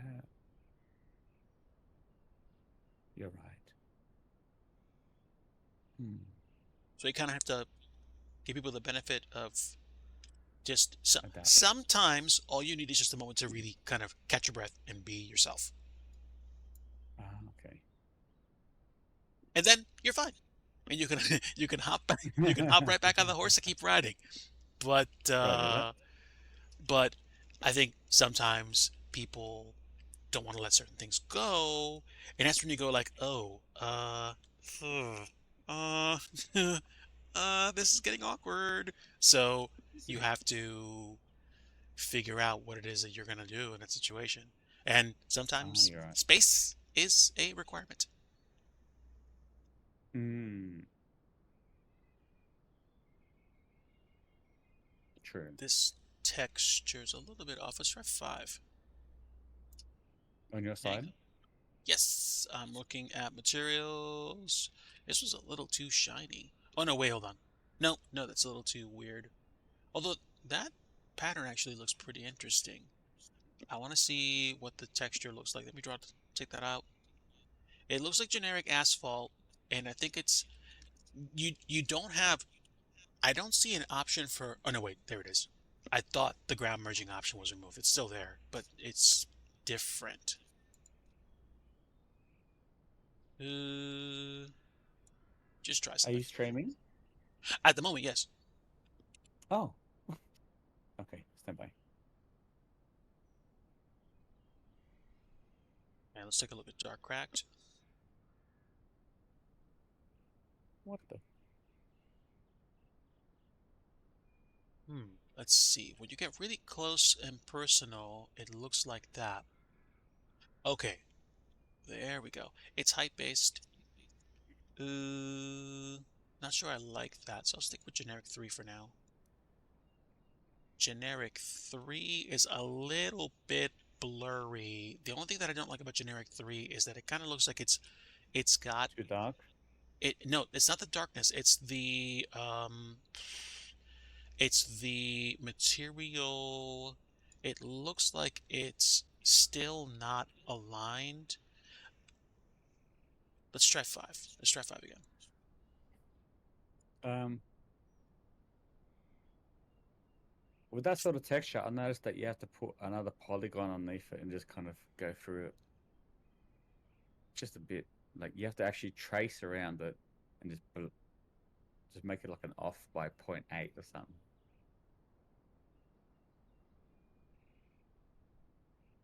We're talking about fall off. Yeah, fall off. Okay. So point it out and then point it out similar and then just like push it out. Like a very like you know how a person walks on grass footpath, but then the grass dies because everyone walks on it. Yes. Yeah, This is interesting. There we go. This is what I'm talking about. I couldn't see the texture rotate with generic 3 for some really weird reason. Or, Oh. or I was just impatient. Or Always a possibility with me. Okay, now road 1. Probably not what I'm going to pick. Wait, what about generic? Flat generic. Okay, now let's play with the rotation. Okay, yeah, standby 1. Could have actually been me. Could have been a skill Yeah. issue or a patience issue.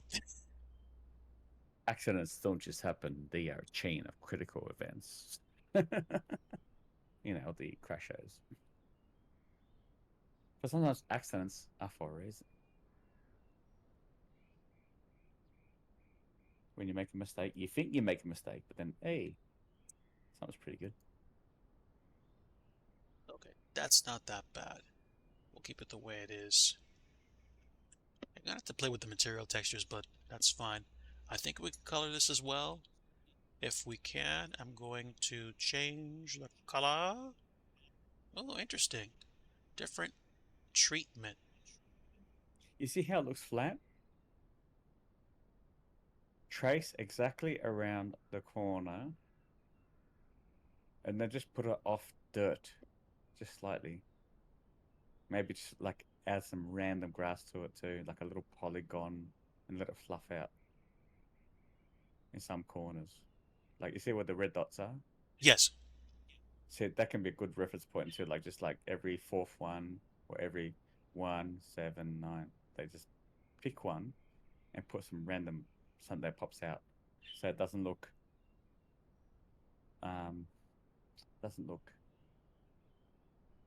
how it's like stable. You know how like my airports look like. Do the opposite of me. That's what you do.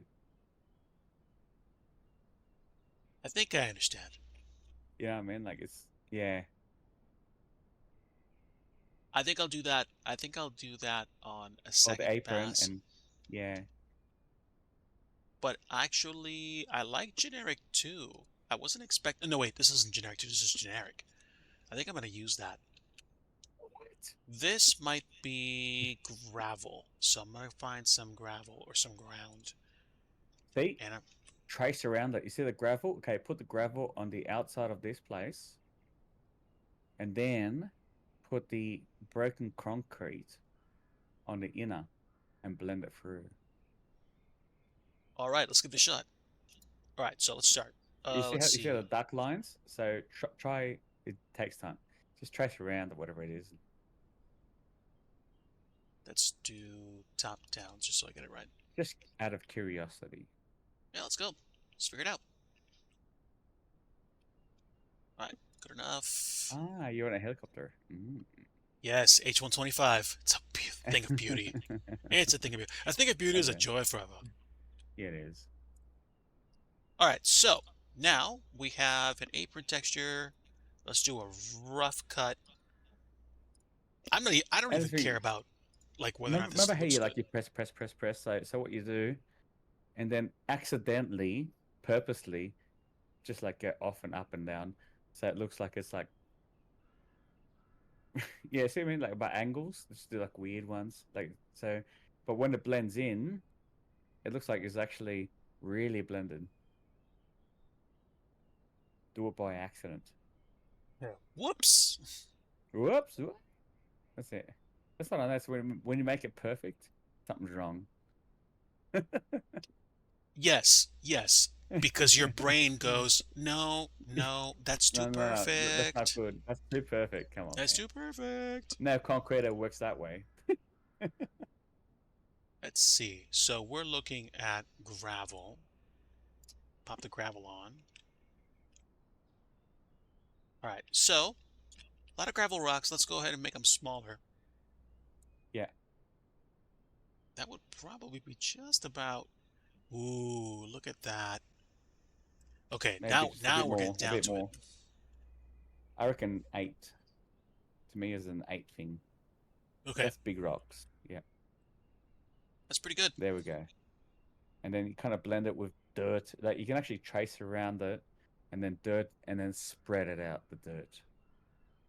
So it's like there's rocks there, the dirt's on top, and it kind of pours out of the rocks. Okay, so it's There. there. Let's make a. Let's grab this one. Oh, wait. Excuse me. Stand by one. I want to pick this and make a new group. I keep forgetting the group thing. Well, I It's mean, in my like bloody you constructions. never need them. You never need them. But for me, I know eventually what happens is you get into trouble because you're like, oh wait, where's that fifth taxiway point? And you have to go click, click, click, click, click, click, click, click, click. You're like, oh, where is it? And you either have to do a lot of scrolling or you have to click until you actually get it selected. And this is not a problem when you don't Yeah. have anything here, but if you have like 5 or 6 things here, you might have a problem picking it quickly. So let's So see. basically, bang, bang, bang, back and forwards. Let's see, for runway 16 Papulets. Okay, so it's priority 0, and we'll make the other one a higher priority. See, And then we even the just, runway itself, like within, you see that yellow line, like within even a quarter of that, like just a bit, so it kind of stinks out, make it stinky, just a touch, like just like the most tiniest bit. Like trace around the runway itself, and then you can get a reference point, and then you do the taxiways as well, but just by the most millimeter of it. okay, okay, You see how it stands out a bit? a little. Let's see. Runway 16, turn around, taxiway, apron. And then we're going to stick this in the ground texture section. Oh, a new, what do you call it? A new thingy. So you just do like apron underground or something like that. And just Now, trace let's see all if this around it. actually goes over the... We'll figure out if it goes over the runway or not. But, Yeah, just exactly trace it, and then do offset. Just think it out by 0.02 or something later on.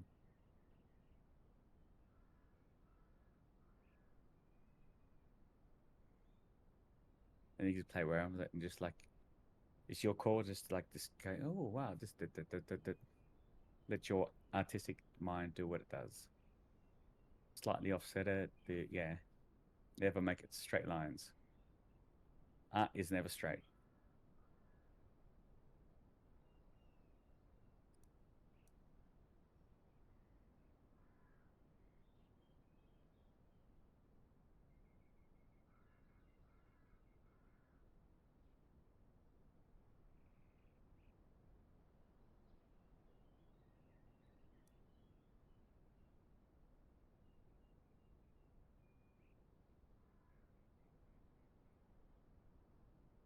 So brief tap, that's it. Tap. pretty much. It's like we're Bob Rossing this thing. Yeah. Even those papillas, like you can do like those rocks just around the lines, and then you have to put dirt around it. That can, yeah, it's gonna blender in. Just for now, like this is one good reference point. You can choose and pick design, and then zoom out. Remember, you told me to zoom out to 5,000 feet and zoom in. If it blends into the others, it's okay. It's actually really good.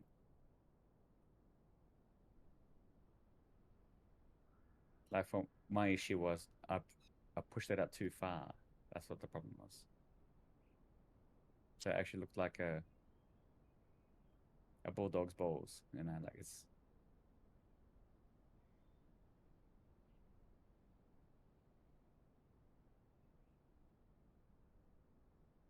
See, which is good because you can blend all of it with the apron. Once you do that, which I recommend, I've seen it like, you know, you see those dark spots I had like bits of creek around between the aprons and stuff. put Yes. really dark spots and just like spread it out by 0.8 or 1.1, whatever you do, and then cover it again, half like what do you call it, so you can kind of see what was underneath it, and then it will really blend in. Some countries it's hard to do it though. It's hard to get the colors right.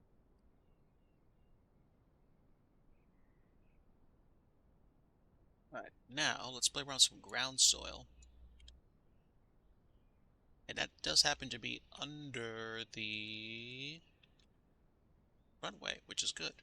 Ground soil 2. Just to try a 0.3, but just like an off.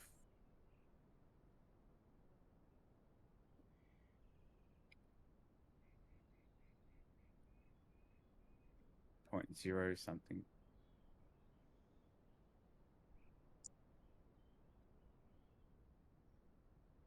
That's it. 1.1. Definitely something interesting.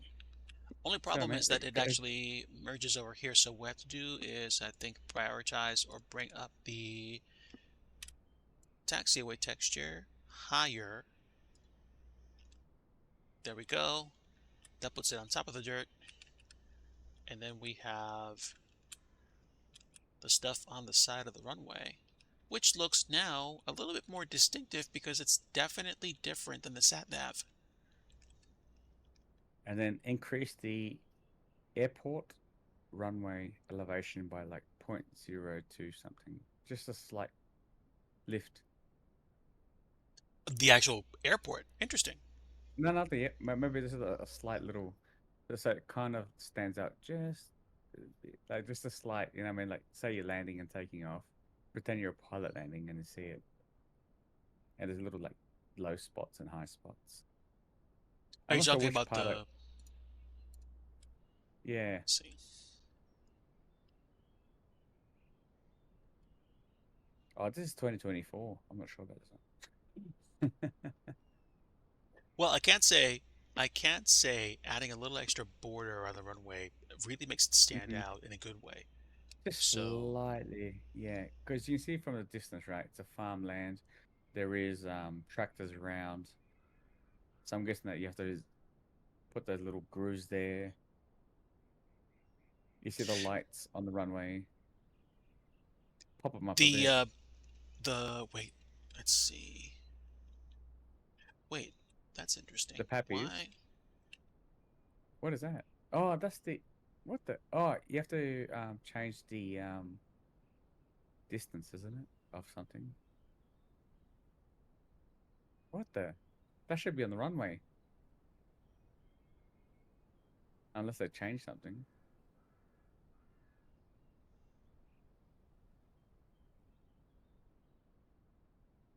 By point.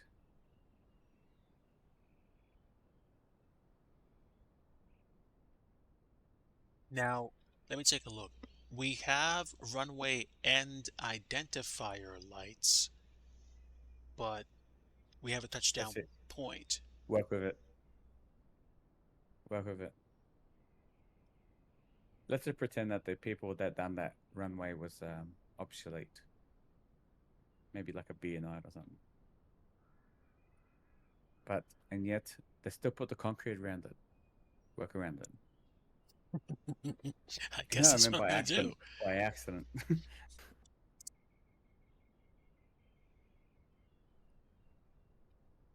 It's the this thing with art like it's the imperfections that make it nice. Now, let's see if there's something about this that I'm missing. When something looks deadly perfect, there's something wrong.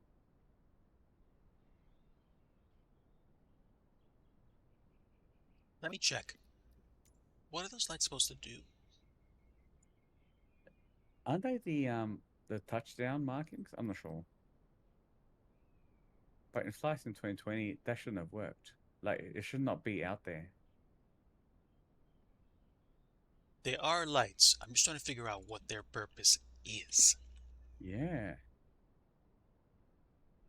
Because if I take away the lights, they shouldn't be there. I mean, we have the pappy lights, that's fine. But why 3 lights? I don't know. That's interesting. I've never seen them before. Mm. At least I don't recall. Same. In Australia, we don't recall 3 lights in a row for one light on the side. Unless it's, I don't know, military. Doesn't Actually, make good sense, point. does it? Good point. Let me check the runway. Configuration, heading, length, width, battery altitude. Exclude vegetation around the runway. Number. No primary landing, no primary takeoff. It's probably just exclude stuff. Type of lighting? But why is it 3? That's weird. Is it flights in 2024? This is 2024. Just in case like blind people land or something? I don't know. It's weird. It should be just one light that kind of pops out like a pimple. No center or edge lighting. No. 3 lights. Oh, is this a re-existing airport? I'm overriding an airport, that's for sure. And you deleted all lights and aprons and why is it 3? Look at them, all 3. Let's double check. That's trippy. That must be it. Just I don't know why I didn't actually do this already, but let's do that now. delete lights. Yep, let's get rid of the lights. Apron lights, aprons, and standard runways, which is what I'm overriding anyway. Taxiways.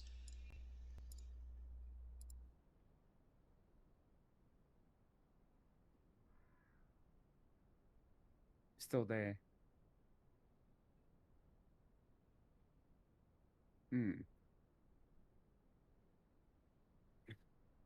That's the first for me.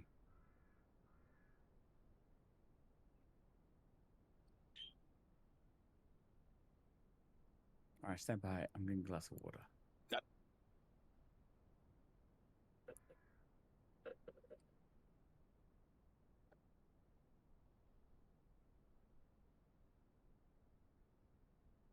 Frequencies, helipads. Starts, taxiways. I mean, we're gonna get rid of all that. Approaches, frequencies. Starts, taxiways, vector placement, boundary fences, jetways, control towers, departures, arrivals, unit elements, light supports, taxiway signs, ILSs, terminal waypoints, and terminal NDBs. Okay.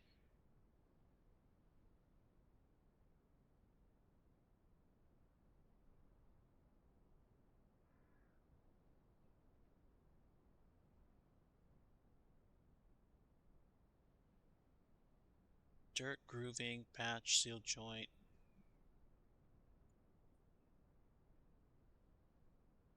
That should be good. Let's go ahead and do a build all.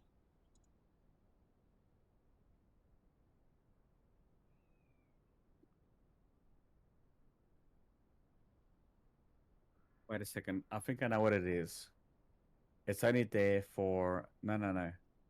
It's only there temporarily, but when you put it in there, it only shows it as one. Maybe it's like a reference point thing. Because you have one layer on the bottom from the previous thing.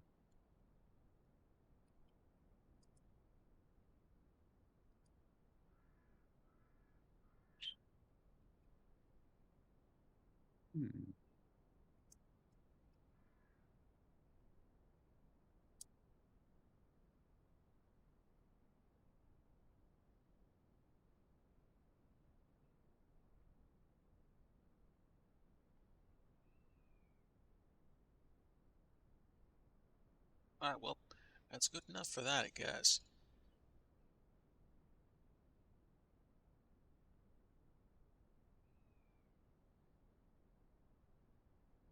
So, yeah, I see the extra medium edge lighting, but yeah, I still don't know. Those lights kind of remind me of what the runway would look like On at the like a ground, right? big. Those lights that are underground. That's what I thought too. Like to me, like that should be like where the tires touch, isn't it?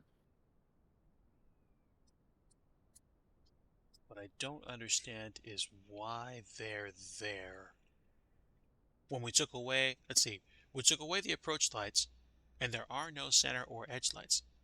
So And the runway. why? Did you delete the runway? The runway that we have right now is just the one that I added. So it's not like standard, for example. I think these lights come in when you are landing on one side of the runway versus the other. So yeah, like you get past the halfway point, and then basically they're not there anymore. They're shown depending on what side you're approaching. See how you get to this point? Halfway and gone. Is that what it is? I, I, I mean, I think so. I've never seen that before. Neither have I. Ever. Ever. So, It's whatever. it's okay to be logical. It's very important to be logical. Um, if something's not right, something's not right. Okay, Wolf's Law. If something goes wrong, everything's gonna go wrong. I think Um, I think this is a part of the new runway rendering algorithm. Like, for example, mm, the gum and the patched cracks in the yeah. runway, that is part of the new system. I didn't add any of this. The tire patches, the cracks in the runway, that's all been added for me when the actual runway got added in. So I'm guessing that those lights are there for a specific reason. I have no clue why. I kind of wish they weren't, but Mm, that's also not something I'm going to spend a lot of time trying to figure out right now. And the yeah. reason Okay. why is because if I spend a lot of time trying to figure out right now, I'm going to fry my brain and it's going to be like, like, I Well, can't this figure is this out. art, baby. You're supposed to freak out sometimes. Could This is be, art. it's like, sometimes even the hip cats go Mm, crazy, stuff like yeah. that. I wouldn't go Remember, ahead like and call Cheech and myself. Chong, like while they were so spun out because they got pulled over by the police. Like, why? What did I do? Of course, they're driving, but they're driving radically. So let me Here we not go. forget to put a title on this because we made it. Let's see. Runway excess dirt. And we'll put that in the ground And see what. textures. It's just a Oh, it's gonna be hard. It's gonna be really teensy. hard to make that dirt though. Like in the background with the. Well, that's the whole. I mean, that's kind of the whole point for me. Like giving it a little extra depth, just like you said. Mm. So now we need to add the rest of this, and I can probably do this real fast. Actually, I can do this real fast because I know. All right. Let's add the apron.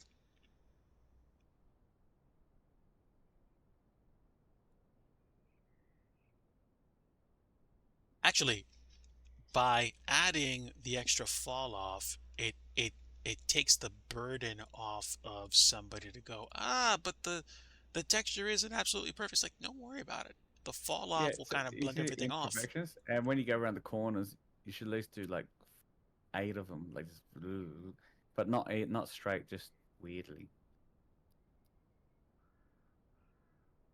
Because when the paving team put that taxiway in, they didn't do a perfect job either.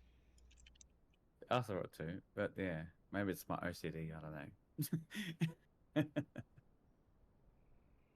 Is that apron correct? It It's doesn't weird. hold It's short very long. I've never you seen that before. Yeah, this is the very first time I've seen any runway at any airport where you actually have a kind of trumpet at the end where Mm. you pull off the runway and you get turned around. Like Like even most at of like them, yeah. Most of them is like a hold. Like if that was the case, that would be like a hold short. Like a hold short and test your engines out. Like if there's an extra lump there. Like if it's a hold short all the way, what's the whole point of it? It's ridiculous. Unless there's a maybe big airplanes there, like with the wingspans.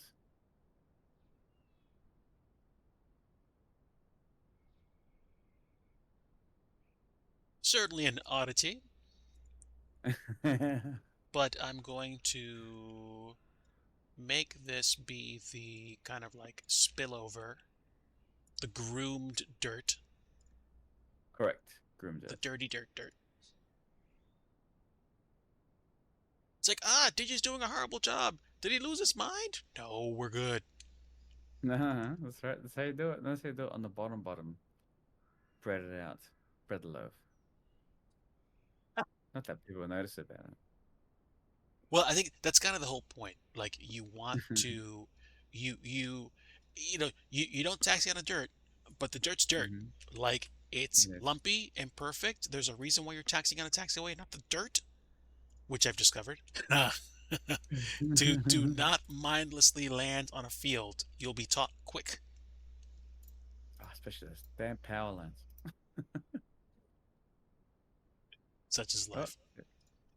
Okay, such is so life. now we need to pick the first thing we need to do is increase the priority. Next thing we need to do is pick a ground material, probably probably the same ground soil, probably. And the You, reason why probably is because I want to you keep could it kind of. force it above the runway. The proxy. Oh, okay. All right, so ground soil is there, fall off of 1.2, and now I will enable coloration, and we're going to add just a teensy bit of shade, unless of course I can't, but we'll figure it out. Let's see how this works. So I need to pick a more orangey color, and then we need to paint it.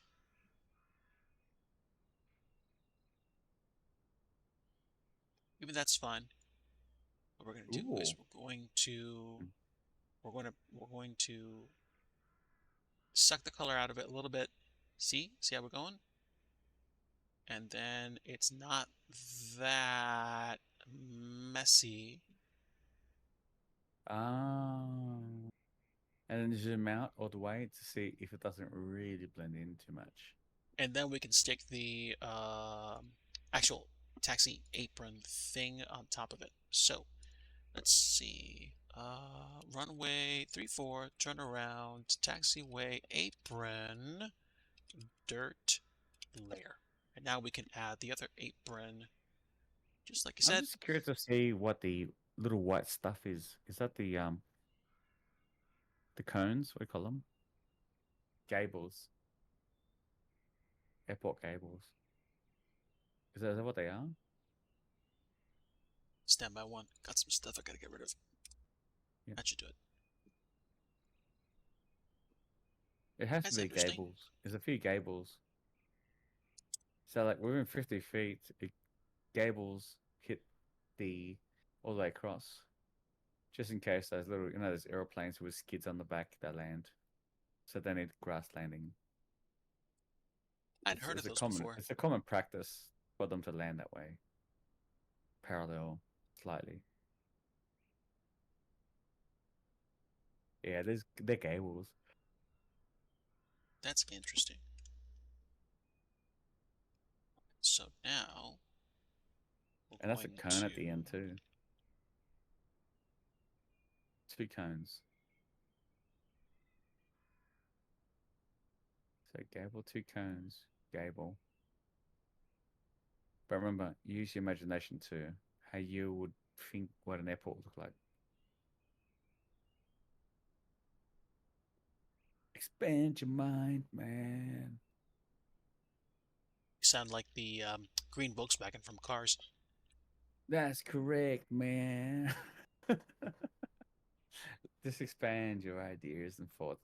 That's what the whole principle of brainstorming. You just got to really It may sound weird at the start, but later on, oh, hey, that's $1 million idea.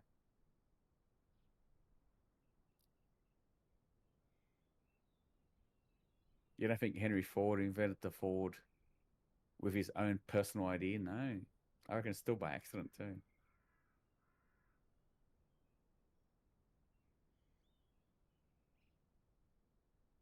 It's just a certain kind of You can do a high gumption. fallout. Yeah. I'm probably going to do a Plays lower with your fallout brain with though, the this thing. asphalt. What's up? It plays with your brain though, like when you're thinking like it's yeah. Thinking is great. Getting It's thoughts that good. interrupt you and just keep making you second guess yourself, that sucks. Good old skinny. You like it's like you get to a point where you're like, ah, good, but it's like no. Stop. Just go do something. Go do. And then the aspect of you doing means, hey, you're learning. And the aspect of you learning means you're growing experience, which then That's it. becomes Do a it. feather in your cap. But if you do not learn, and believe me, Don't, I'm saying this from personal experience, if you you stop, that's different to what you're doing.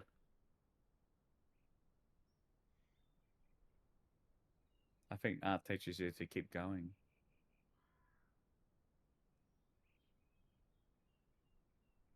I think in general, people, we start out Mm. inquisitive. We want to like make really cool things or make really big things, and then We have we an get idea, correct?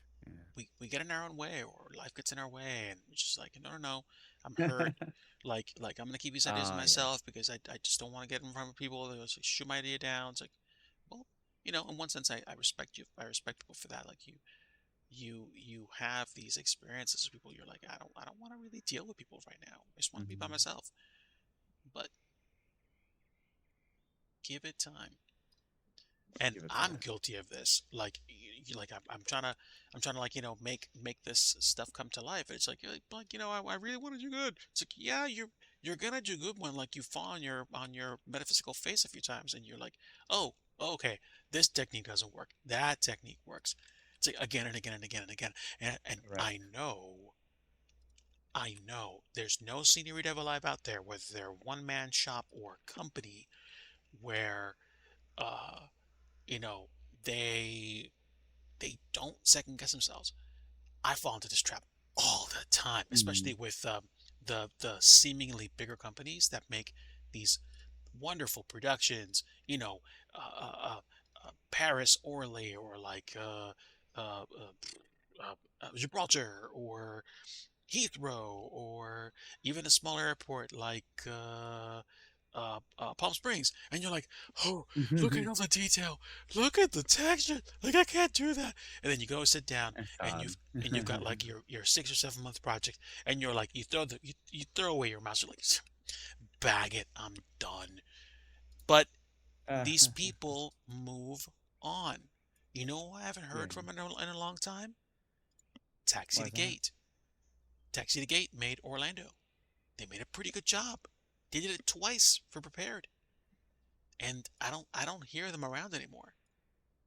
It's just like, these people move on to other things. Like, who knows? They might make their 100K, 500K, million, and they're like, hey, that's it. I'm funded for retirement. See ya. And the next thing Mm. you know, they're done. And then you're like, oh, okay, well, who's gonna make my airport? It's like, Yeah. don't care. The next guy, right? The next guy. Yeah. The It's next just guy. it's the nature of things. Like I'm good. Oh, Like money? Money? Oh, where's the money? Give me money. give me the money. And I just Give me the money. disappear. Like, what was that movie with that seagull eating the chips? You remember? Mine. Oh, That would be Finding Nemo. Nemo. See, that represents humanity. That's it. The chip. Oh yeah. Mine. Is that mine? It's mine. Okay, so which There one did is we a pick? decimal point. Yeah, 0.2. I reckon, just slightly. Can make it off center, just weirdly. You see onto the north of that apron, like it just goes warping a little bit slightly. Yeah.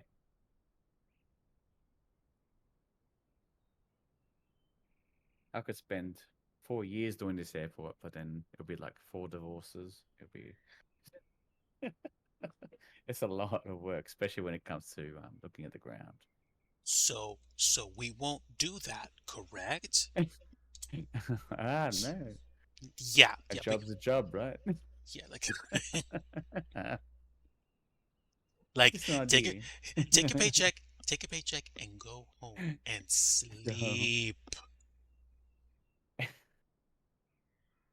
It's important. But in the Rest is back, important. but then in the back of your mind, going, "Shit, I screwed up, man. I know this is a bad day, so I hope no one No, no, sees no. it." I'm worse. I'm worse. It's like you're laying in bed, but what if I put the texture this way? It's like, "Ugh, I gotta get up now."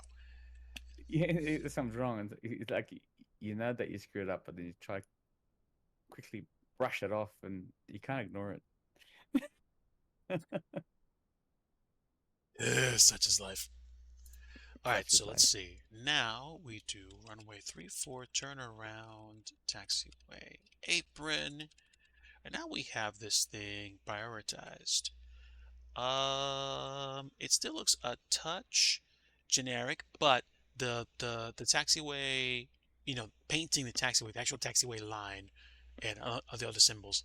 I'm not gonna freak out about the actual materials too much. We're just gonna leave them like that because I want to get this done in like the next week or two, and then I'll have it released. But what I can do is come back to this Yeah. and add some dirt underneath like we did before. So let's do that right now. Default, and we're gonna have fun. Wait, can't have fun until I get rid of this. And this. Where are you? Hello? Oh, that's why. That's why. Okay, now we can start. There we go. All right, so now What flows from? Okay. Videos. So if I change that to that, I'm just curious. So the import is mic, right? Okay, radio check. yep. VG5. I'm tapping now. Hello, hello. Hello. Hear me? Yes. Okay.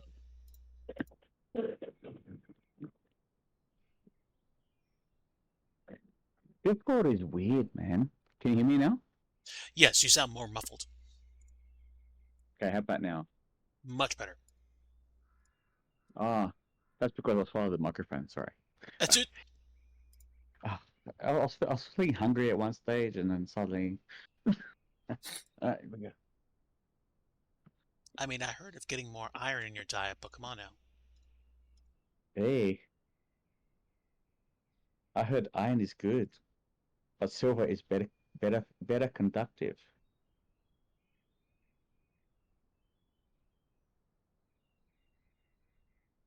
I'm trying to figure out how to make the what do you call it, the loops? Like you see the grass, like how it looks like a couple of vehicles have driven over it. How to Yes. make it like slightly lumpy.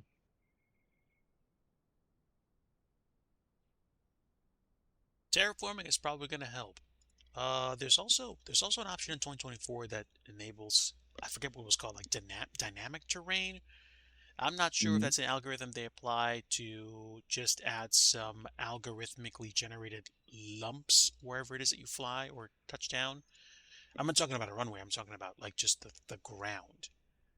Yeah, I don't know if it's a setting. I don't know if it's something that you add to a project. I not have to sure. think about that. To me, I tried to add the polygon and just offset it by point something and just try to lift it up a bit, but it's not good. That it doesn't look natural at all.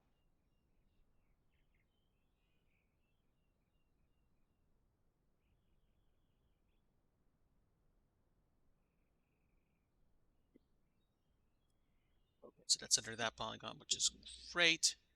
And let's do the same thing we did before, which is runway Toonsy? No. Runway 16, turn around, taxiway, apron, dirt layer. Okay, so it could be 0, could be 1. And we're gonna pick ground Mm-hmm. ground soil 2. Wait, over here. What about ground soil 3? What's that look like? Ground soil 3 looks interesting.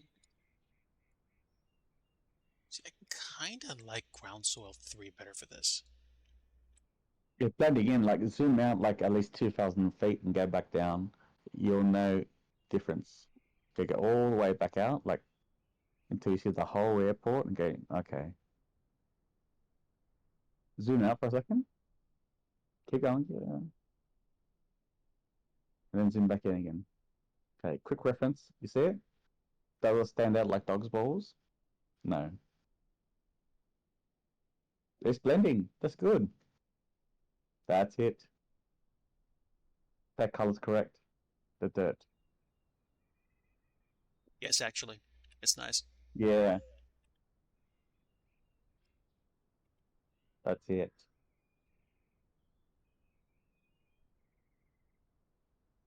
All right, good stuff. That actually looks wonderful. We have the turnaround points for both runway terminuses, Mm-hmm. and I will probably continue this further. I'm going to. Oh, yay! I have cold coffee. Rock on. Cold coffee? You mean iced coffee? Iced cup. Well, cold. Yeah, close enough. Close enough, especially in this climate. So that's good. I should be able to apply similar techniques to the remaining aprons. And then, like I said, I will probably be able to get cranking on the final 2 buildings soon. These are overly simplistic buildings, which I'm sticking in here for the purpose of having a completely custom airport. And then Yeah. what's going to happen is at some point, I'm going to have to figure out how to light them up nicely. And actually, I could probably do that right now if I change my Yeah. camera. Because the problem that I had with buildings before was that the lighting techniques which I used did not work very well on them. So give Really? me, well, custom assets, you kind of really have to be careful with Mm-hmm. lighting because for some reason they just don't, they don't do, they don't do, they don't work well. So let me see. Can I move this out somewhere else? Nope, nope, that stays there for a reason. I forget why, but whatever. Let's go ahead and go to scenery. I'm looking for all, and I'm looking for light. And let's do airport low. Can I do airport light? Airport light. Airport light. Do we have all these are high, I think. Oh, you know what? What about street lamp? Street lamp? Type 1. I don't care. Let's add one and translate it over here. Okay, so this is a standard asset, so what should happen is it should light up at night.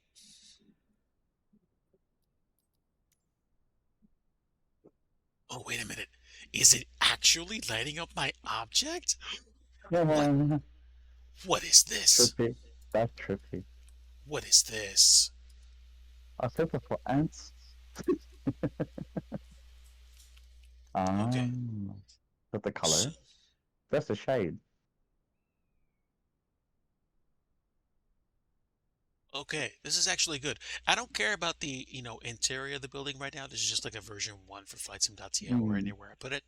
But what I was afraid of was that the lamp would actually not touch or light up the object that I had. I've ran into issues before when I was making sceneries with lights that I couldn't quite resolve.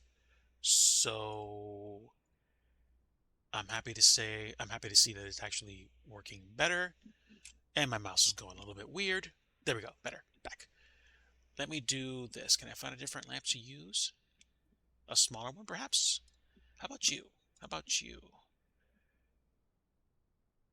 Okay, so we'll take this one away. And we'll use this one. Hello, good sir. Hello. Where are you? Mm. Yeah. Oh, no. I'm sorry. I meant Mm. the street lamp. Oh, I had to Um, pick it. I had to choose it. Okay. choose it. What's interesting about this is that the lighting and the material on this is so weird. I think I have to do something where I have to actually choose the double-sided aspect of that material.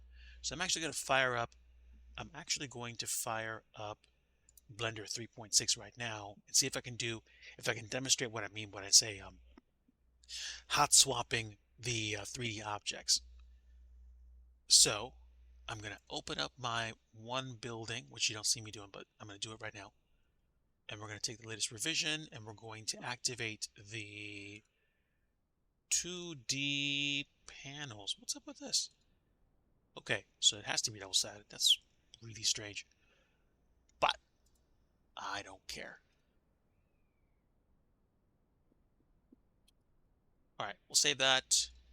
And I'm going to hit the export button. It's exported. All I have to do now is go into my folder where I put the materials and copy them into 2024. And I can do that in midst. So it's 4:47 p.m. right now, East Coast. I might do this for like another 20-30 minutes and then close the shop. Okay, need a new folder.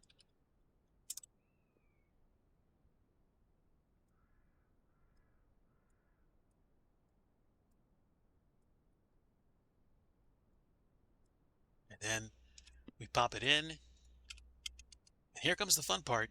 This is when this actually reloads. My audio might get choppy.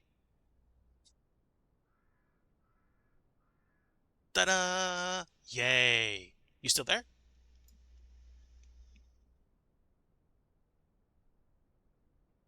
I think I'm still here. Yes. Okay, so now I had to make this double-sided because for some weird reason, single-sided did not translate that color over. This is wonderful. This isn't the exact light that I want to use, but this proves a point. I need a better light. Ooh, there we go. This is fantastic. Oh, that's just the lamp. That's just a pole with the transformer. This might work.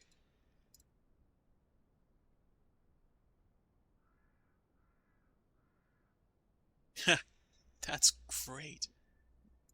And let's add this one on. Wonderful.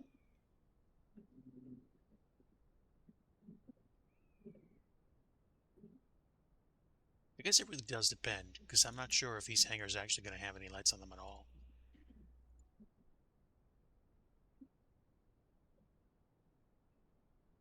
But this is kind of fun. We're probably not going to have anything like that out here. Maybe out here.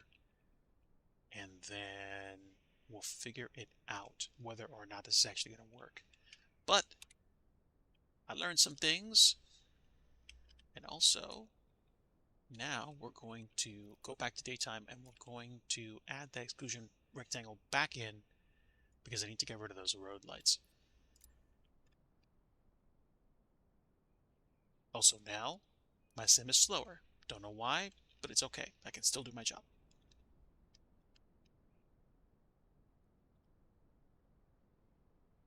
Let's add that exclusion square again.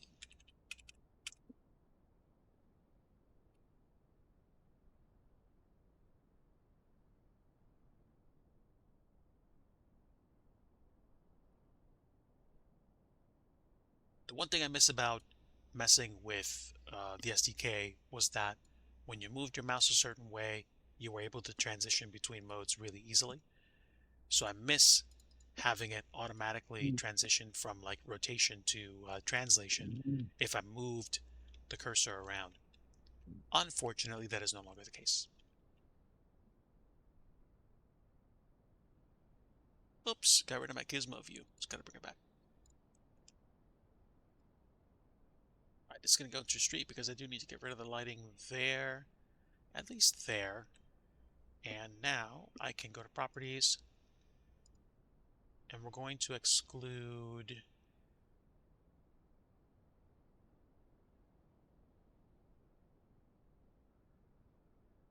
what is it? Let's see, car parking.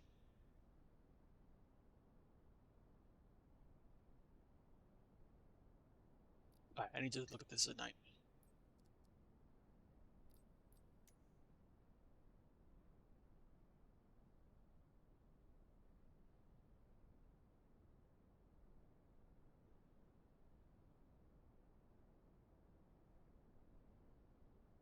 Oh wow, didn't know you could exclude projected mesh.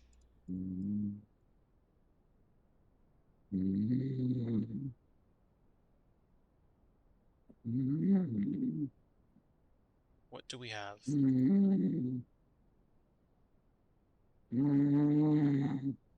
Interesting.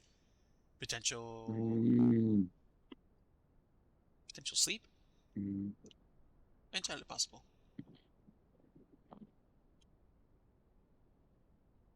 That's the beacon.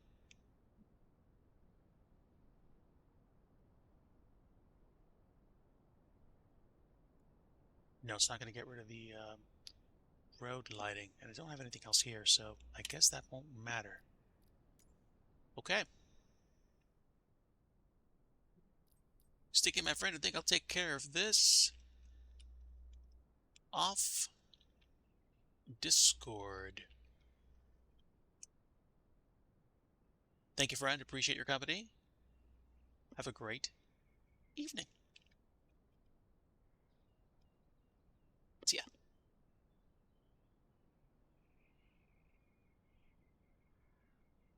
All right, so let's go ahead and put a pin in it, as they say. So it is possible for me to light these objects up, which is great. I think the problem that I had was lighting them up so they wouldn't be lit on the inside. So I'll take a look at that in the future. Apparently this is necessary for me to make this double-sided up front. Still have no idea why, but is what it is. There is a difference in detail between my objects and the objects that are in the sim. That's because I haven't put in as many details yet. We can do that. It's just going to take me a little bit extra effort. And what am I going to do next? Probably finish this and make a similar one for the poppy lights on the other side, and then maybe call it. But what I think I'll do is I'll probably do this offline and think about it a little bit more. And then what's going to happen is I'm going to look into what I can do next for the airport and hopefully release it very soon. I want to release it ASAP because I'd like to get it on flightsim.to or somewhere where I can release it and have folks fly it and enjoy it. I will see what takes place. In the meantime, chat, thanks for sticking around today for the flights and for saying hi. Appreciate you all. Like I always like to say, I do like having my lurkers here as I do raise the channel algorithm. I'm going to keep working on this and other airports, and if I have the time, and I hope to have the time, I will continue working on all the other projects that I have, including Plymouth, including Lafayette, which I started on. It's just that I got busy with some other stuff in the meantime. But I will call it here. I will go ahead and rest up and be working on this off stream. Again, no streams this weekend. And potentially no streams this week since I've got this coming week since I've got work to do and things to take care of IRL. But stay tuned, stay on the Discord, and we will be seeing what's up. I'll probably give you guys some updates like I usually try to do. And again, I'll probably be off of Twitch for a couple of weeks in December, if not more. Stay tuned to the Discord for updates about that situation. Nothing serious, just taking some time off of streaming to double down on life and some other stuff. But appreciate having you guys over. Definitely a privilege having you with me today. And like I always like to say, if you want true peace, you do want the Prince of Peace, and that is Jesus Christ.